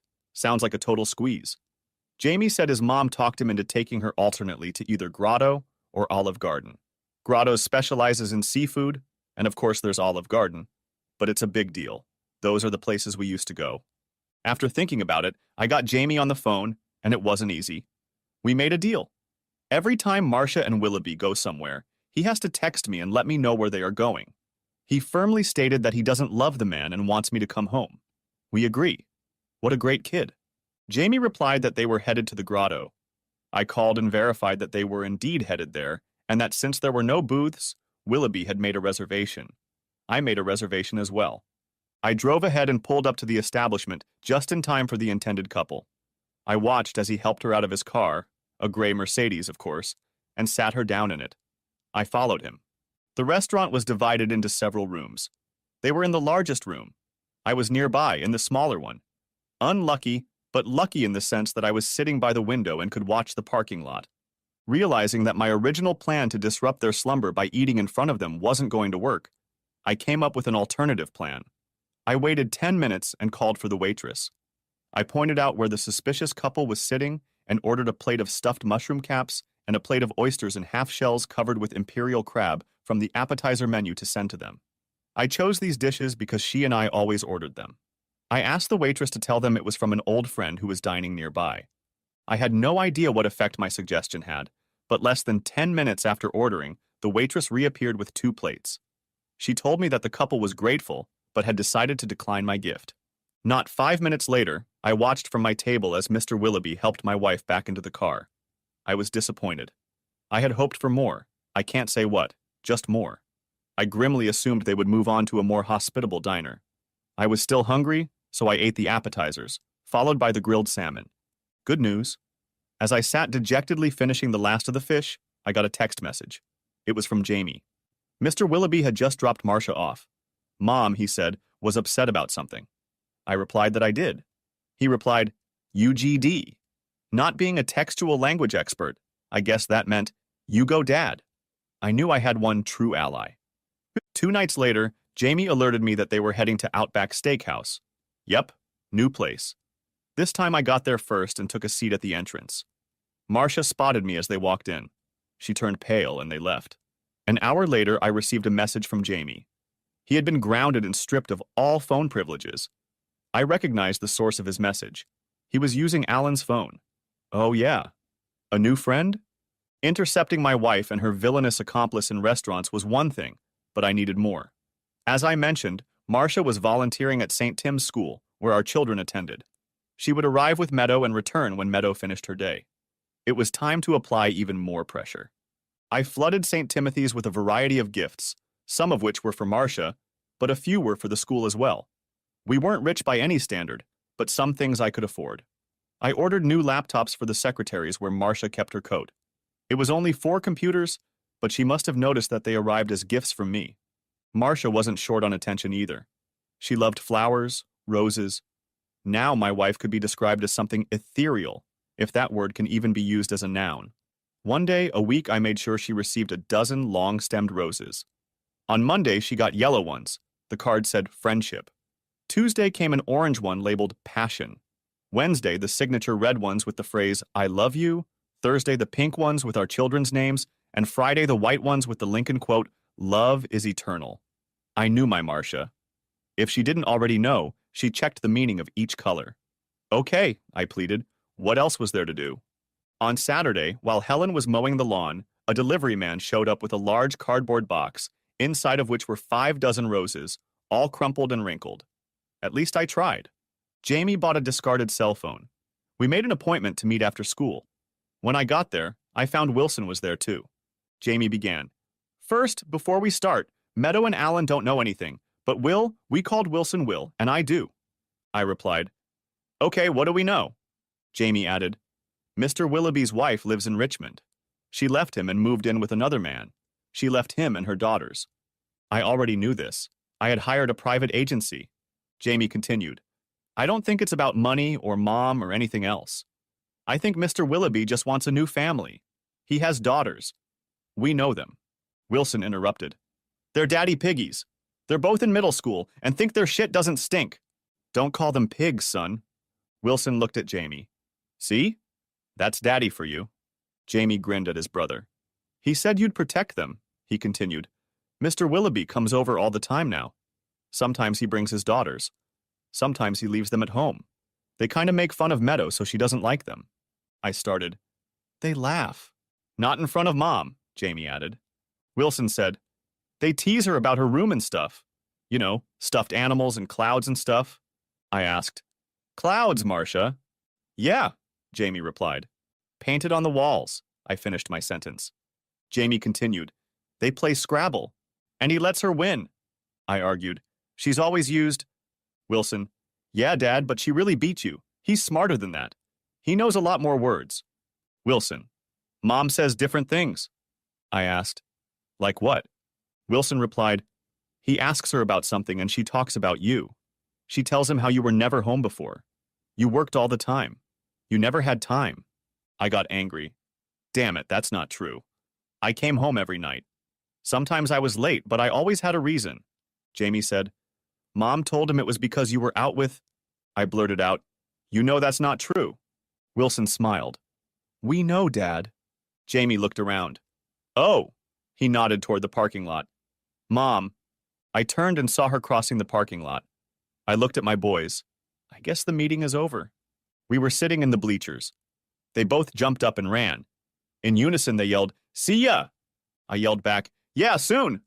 As my boys climbed into the car, I saw Marcia scolding them. I thought about what they had told me. My sources described pretty much the same thing. Willoughby was a top-level administrator at the Federal Reserve. He was making excellent money, but his wife had abdicated her duties. About the wife, I wasn't surprised. Teenage girls often exhibit antisocial behavior directed mostly at their mothers, and the stress may have overwhelmed her. Then the second part. She found herself a younger, richer guy. Willoughby wasn't a predator, though he better be. No, he was a victim, a prey seeking refuge, and he certainly saw Marcia for what she was, a caring helper, a person always willing to shelter a helpless puppy. And so he found the perfect home. 3 well-behaved boys, a charming daughter, and a woman who found fulfillment in helping others. There was only one problem. It was my home. It was my boys. It was my adorable daughter, and the woman he wanted was my wife. We had a second session. I was lost. It felt like everything I had and everything I would ever have was slipping away. No attempt to reason with me, no entreaties, promises, or vows worked. I chose the only path left. I begged, I pleaded, I cried, I got on my knees. I begged her to forgive me. I begged her to let me come home, to let me dedicate my life to making her happy. I talked to the stone. At the end of our last session, after 40 minutes of stone-cold silence, Marcia finally made a statement. She said, "I can't and won't forget what you did. I don't forgive you and I never will, ever," she said. I replied, "I've said it 100 times. I love you. I made a mistake. I want to make it right. Can't you at least say something to me? Say something other than this unforgiveness." She killed me. Okay. I'll say a few things. First of all, how do I know what you say is true? You said this is the only time. How do I know that? You work late a lot. You travel. You get calls at odd hours and never say who they're from. Sometimes you come home and I smell perfume. Sometimes it's lipstick. My dad told me you're out all the time. His cop friends told him they saw you with women. Sometimes you'd come home and you'd be too tired for me. My dad's right. You're a womanizer. You've never been honest with me. You're a cheater. I just never thought about it until it happened. Wow. I replied, "Marcia, you know that's not true. Some of my clients have been women. You know that. How many times have I come home almost in tears because some crazy woman was throwing a tantrum in the hospital with a baby? My God, Marcia, you know this last case was emotionally draining.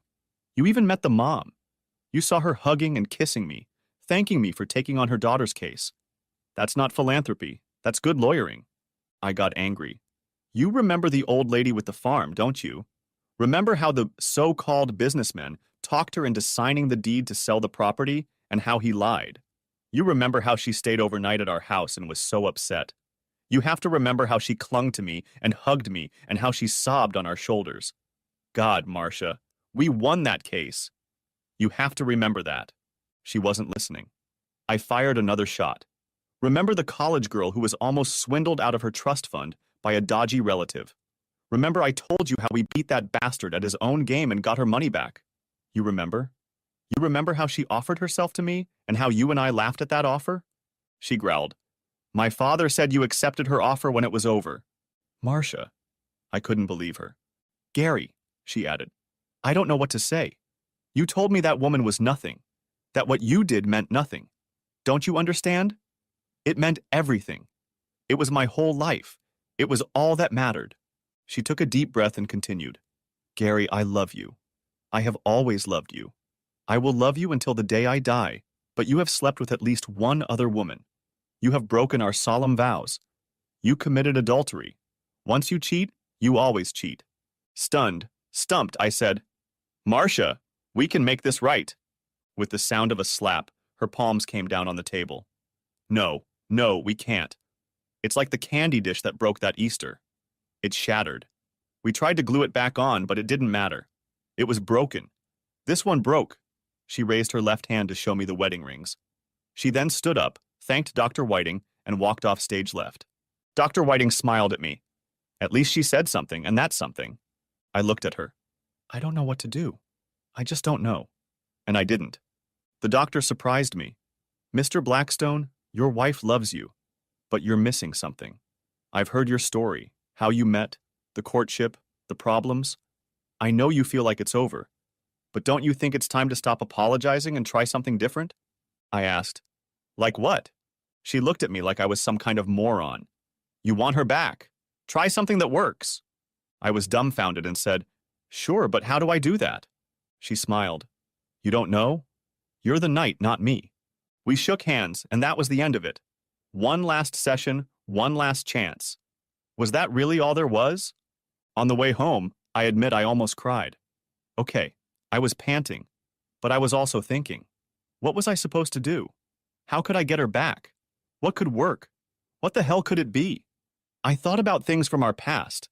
Hell, getting her to agree to marry me was something. It really started after bowling. I remember what the guy at the bowling alley said had a downside. It kind of knocked the wind out of Marcia's sails because bag on her head was not a new phrase to her. In fact, even her brothers had used it in reference to her a few times. Too bad now I sometimes don't know which one. Getting her to go to more public places was not easy. I wasn't an expert at any of the things we did, but I had quite a bit of experience. We rollerbladed, skied, and went fishing. We went to the beach, and with that pale, creamy skin she got burned on, we went to town carnivals, we went everywhere. Sometimes I had to literally drag her out of the car, but after a while I felt proud. Sure, people noticed her and looked at her lips, but they saw other things too. I made sure of that. It took some time, but not as much as you'd think. After a while she really became a little extrovert, giggly and funny. Marcia has always been a beautiful girl. Well, to me, to others, maybe not right away, but she is growing into people. She's petite, well-shaped, graceful, and very feminine. I'd say simpering, sparkling, if you can call it that. She must be. And then she agreed to marry me. Brother, it was Donnybrook. I had to talk her into it first. She was planning to become a nun. It took forever to talk her out of it, and frankly, while I was thinking about it, we had no premarital fun, none at all. There were church people who I thought were trying to get in the way. I couldn't and still can't say for sure, but perhaps Marcia's father was behind it. Mr. Fitzgerald was from a large family. One of his brothers became a priest. I had a feeling that Mr. Fitzgerald, his priest brother, and one of the parish sisters who had been around Marcia since she was a little girl were trying to get the whole old gang on her, indoctrinate her that she was destined for the ministry and all that. Someone decided she needed counseling. For what, I can't say, but after each visit to the church counseling center, she became a little chilly toward me, not knowing what she wanted. Once she agreed to the absurd idea of marrying me, I had to face her mom and dad. Her mom surprised me. She was pleased, but her dad, oh no. Mr. Fitzgerald gave every reason he could think of. She was too weak, too frail. If she got pregnant, she'd never be able to carry the baby to term. I was too big a man. I expected too much. I hurt her, physically and emotionally. She was still sick in many ways and needed constant medical care. She had a heart defect as a child, but that was in the past. He said she would never be able to run a household. People would take advantage of her. In his final outburst, he angrily reminded me that she had devoted herself to the church. I knew that was his strongest point. I was stealing his gift to God. His gift, as he said. I'd managed to get by with everything but that. And that's where I hit a snag. Marcia, I told them, was a natural mother. She needed to bear children. Any other occupation would be a failure for her. I agreed. Marcia loved children. She loved being around them. I had her. She was in. But he had one last argument, and he used it. He proved to her that I was no good. He posted my college transcript. I had no defense other than what she and I had done, and he even compromised that with proof that I had fooled around during our first dates. Yeah, that's what happened. It was over. He had exposed me. I remember a flicker of doubt in her eyes. It looked like we were toast. And that's when Marcia picked up the spear. She took my side. I was surprised, genuinely amazed, and incredibly proud. She became Boudica, the warrior queen of the Iceni, the Celtic war goddess of Andarta. I can still hear her saying, "I don't care. I love him. He's a fighter just like you, Daddy. I'm going to marry him. He's what I want. All I want. I want to make him babies. And I want a big wedding with a long white dress, and a veil, and rings, and a big bouquet, and bridesmaids, and a ring bearer, and a flower girl, and a big reception with an open bar. I said I want an open bar so I can drink champagne. I want to throw a bouquet. I want all of that, all of that. I want the whole show." Then she looked at me. "And I want to go to Niagara Falls on our honeymoon." And we did. That's it. What am I supposed to do now? I was so confused and confused. What am I supposed to do? Maybe someone could give me a clue? Well, this was going to happen. The third and final session. It was scheduled for the week right after the second, but I needed time. Both Dr. Whiting and Marcia agreed to wait. In the meantime, I was finding it harder and harder to reach my children. Helen said Meadow was told what had happened, and she recoiled from me. Alan found out about it through Meadow, and that's how I lost him. Jamie and Wilson were still around, but I could feel the change. Wilson had taken a fancy to Willoughby, and even Jamie started talking about how he was helping his mom. I was losing my family. Marcia loved me. I knew that, but she couldn't or wouldn't seem to get over what I'd done. She had help, that's for sure. Her father and Willoughby were on top of it. It hit me. Even if we get back together, there's no end to it. She'll never forget, and I'll spend the rest of my life apologizing. I'm not cut out for this. Then there were the kids. As it happened, my children were growing apart from me. Marcia was right. The candy plate was broken. If I wanted to stay close to my kids, I'd have to change my relationship. She could have Willoughby. He needs someone anyway. He'd get her and play the role of daddy. I would have backed off and distanced myself. I'd become a more distant acquaintance, a day dad who let everyone down, but would still be a phone call away if they needed money or anything else. But for this one, I saw no other alternatives. That led to the last one. Marcia was too good a Catholic to divorce, and I loved her too much to let her drown in grief and anger for the next 40 years. After all, there was still Willoughby. Better to let her go, she'd get over it, and maybe marry a man from the government. So I decided. If she didn't want a divorce, I would. I called and got another extension. This time I was told that was it. No more postponements. I agreed to it. The last time I went to confession. I told the priest who listened to me that I was leaving the church. Of course, all this about being with Helen had to come to an end. I sat her down at the table and told her I was moving out. When she asked where I was going to live, I told her the truth. I was leaving the law firm in Richmond and moving out on my own. When she asked where, I said maybe Charlotte, maybe Pittsburgh, I don't know. She laughed. I didn't know. I then called a lawyer who referred me to the dead end I was in. It really wasn't his fault. I knew who to blame. However, I didn't like his comments and unsubscribed from him. I went online, found another person, and laid it all out for him. I had come to a decision. Finally, it was time for the last session. I walked with papers in hand. I had come to the decisive moment. I would become a man. Total victory or total annihilation. The third session, a momentous day had arrived. This meeting, remembering Marcia's discomfort at the first session, was, like the second, scheduled for late afternoon. Right on time, with papers in hand, I waited patiently in Dr. Whiting's far office. Everything was ready. In the morning, I had received the divorce materials from the new attorney and packed the few personal belongings that Helen had had the night before. All that remained was to hand the papers to Marcia. She could take them or not. If she would accept them, if she would let me, I would kiss her goodbye and pay off the doctor. Either way, she would get what she wanted, but on my terms. I sat quietly and waited. The papers we drew up were more than fair.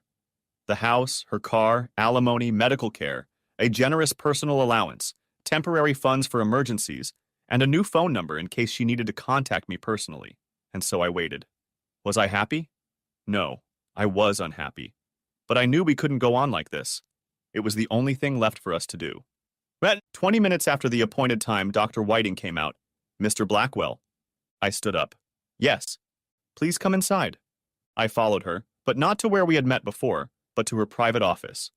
As soon as we sat down, she said, "Excuse me, Mrs. Blackwell called a few minutes ago. She won't be able to make it." I asked, "Did she reschedule?" Dr. Whiting replied, "No." "Did she say anything? We need to reschedule. We have an obligation to finish these classes." Dr. Whiting's face was impassive. "No, she said she wasn't coming back. When I reminded her of what you said, she said she didn't care. She's not coming back." I backed up slightly. What am I supposed to do? I wondered.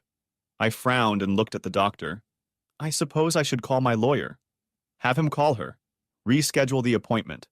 Nodding at the folder in my hand, Dr. Whiting asked, "I see you have something in there. May I ask?" "No, absolutely not.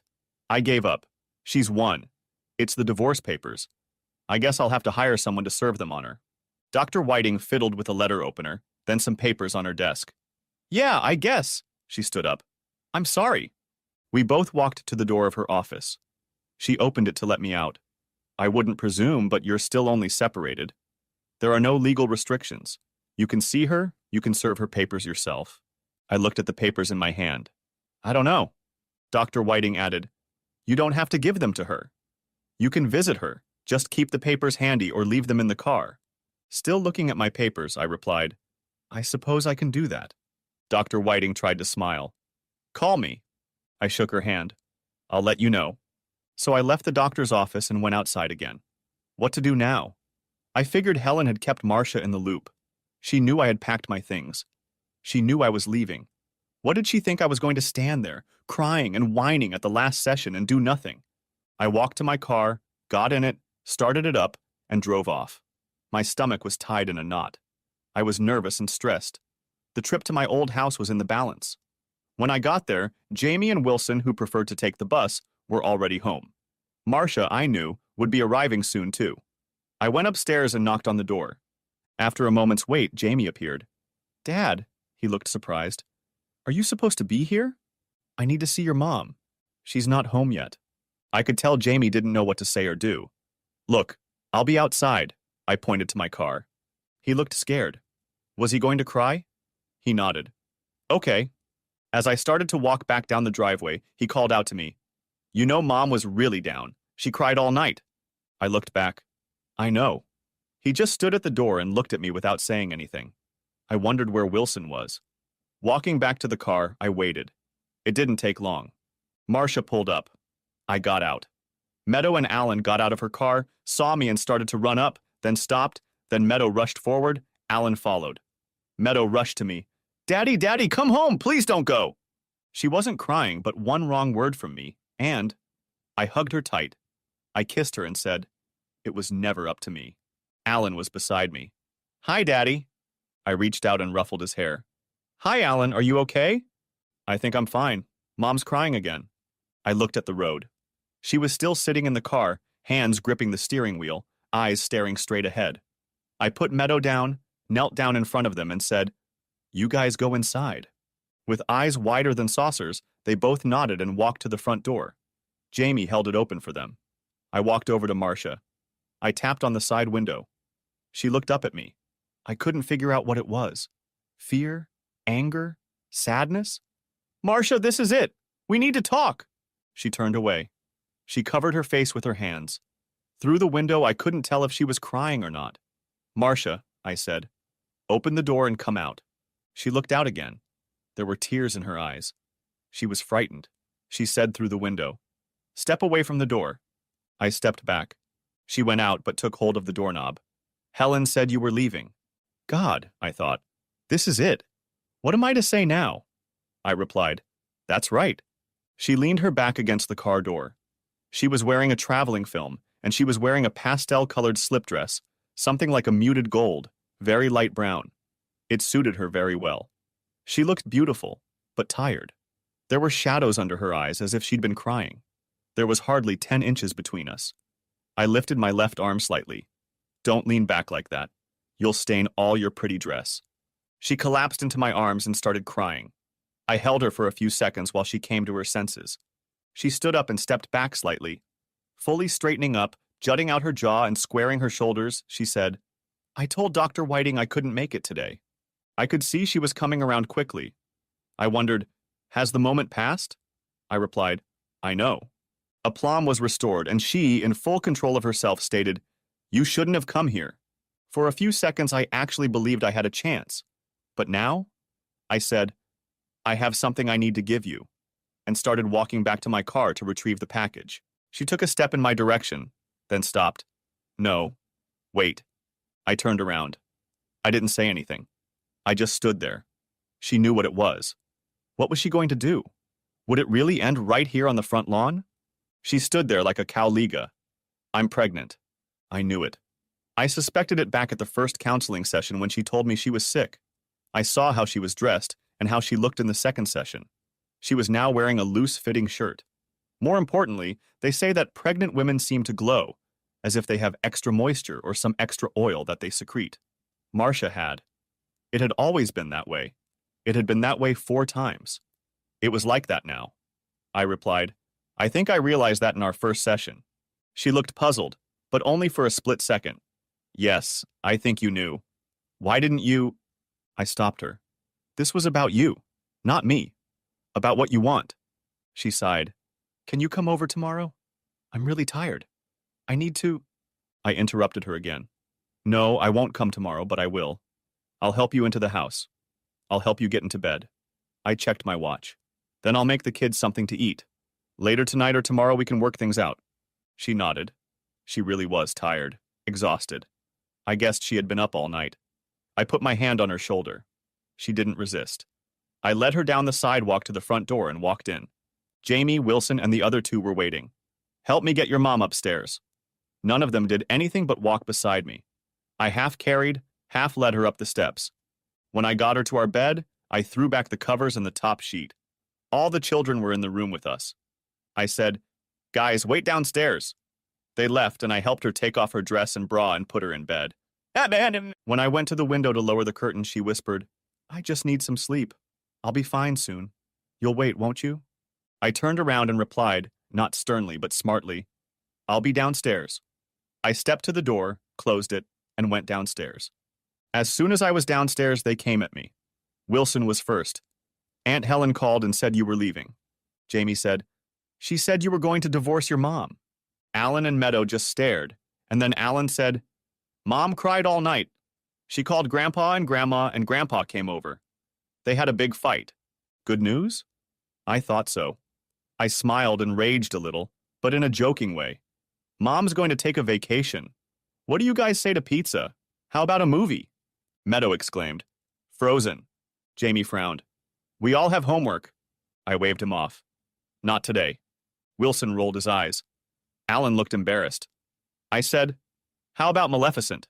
Jamie frowned. "Okay." Alan grinned widely. Wilson shrugged, and Meadow exclaimed, "Great." So I ordered 3 large pizzas. We watched Maleficent, then an old John Wayne movie, which I liked. I was about to put on another John Wayne when I realized no one else was awake, so I put them all to bed. The next day was school, but I told them not to worry about homework since we would all be taking the day off. I didn't argue. After putting the kids to bed, I checked on Marcia. She was sound asleep, so I grabbed a pillow and blanket, went downstairs and curled up on the couch. Closing my eyes, I swore that either way tomorrow, this nightmare would be over. I woke up to the smell of hot coffee.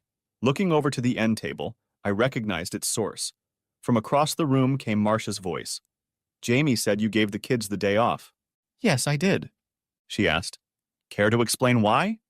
"Not until I've had some of this coffee." I picked up the mug and took a big sip. It was hot. I muttered, "Delicious." Marcia repeated, "Why don't you explain now?" "Sure, why not? It's a beautiful day. The sun is shining. There's not a cloud in the sky." She interrupted me. "How would you know? You just woke up." "I checked the weather forecast last night. It was supposed to be a perfect day, so—" She tried to interrupt me again. "Shut up." "No," I cut in. "You shut up. We're all going to get cleaned up and dressed. At least you all are. I'll wear what I'm wearing now, and then we'll all go for a ride." "Go for a ride? And go where exactly?" "For starters, down the I-81 highway to the Luray Caves. If we have time, we'll stop at the museum near VMI. If not, we'll spend the night in the Hamptons and do it tomorrow. We might even stop in Bedford and visit the Normandy Memorial. Did you know?" She cut me short. "You've already got it all planned out, haven't you?" I nodded. "Yes." "Well," she said, standing up, "you shouldn't even be here." I leaned back in my chair and objected, "I should be." She replied, "I think you should leave." I took another sip of coffee. "Maybe you should come over and sit down." She became so belligerent, her arms thrown up. "If you don't leave, I'll be forced to call." I quashed that suggestion before it was even uttered. I pointed to the seat next to me on the couch. "Come here and sit down." "What?" "You heard me. Come here." "I'm not going." I started to get up to call out to her. I said. She came over and sat on the far edge of the couch. "What do you want?" I replied, "No, Marcia. The question is, what do you want?" She replied, "I want you to leave." I snapped back. "That's not what I meant." She started to open her mouth, but I continued. "The way I see it, you have 3 options. The first, you can keep your family together, let me raise my children with you, and give our 5th child you're carrying the father he or she is entitled to. 2, you can actually demand that I leave, but in that case you'll get the papers I have in my car, and then it really will be over. Or 3rd, you could pretend you still hate me, but then you'd never forgive me, continuing to wallow in self-pity. That last one, by the way, I won't allow." You think you're something, don't you? She replied. I replied, I don't think. I know. I know I'm a father of 4 children, with a 5th coming soon. I know I'm your husband.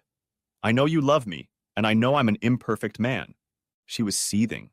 I was pleased to see that. She said, You think you can come in here after what you did and dictate terms to me? I replied, Yes, and I just did. So what are they going to be?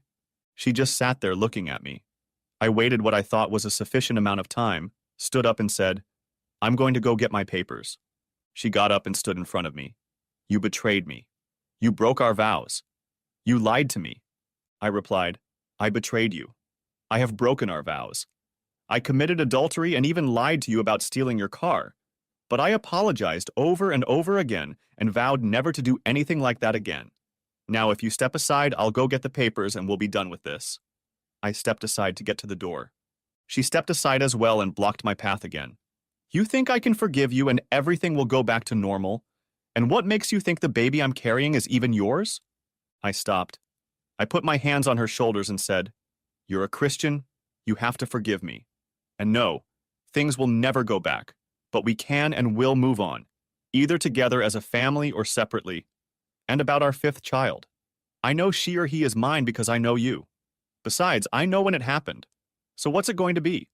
A new reboot where we pick up the broken shards of the candy dish and really fix it? Or a clean, once-and-for-all breakup? I took a step to the side again and headed for the door. This time, she didn't try to intervene. I guessed that it really was over.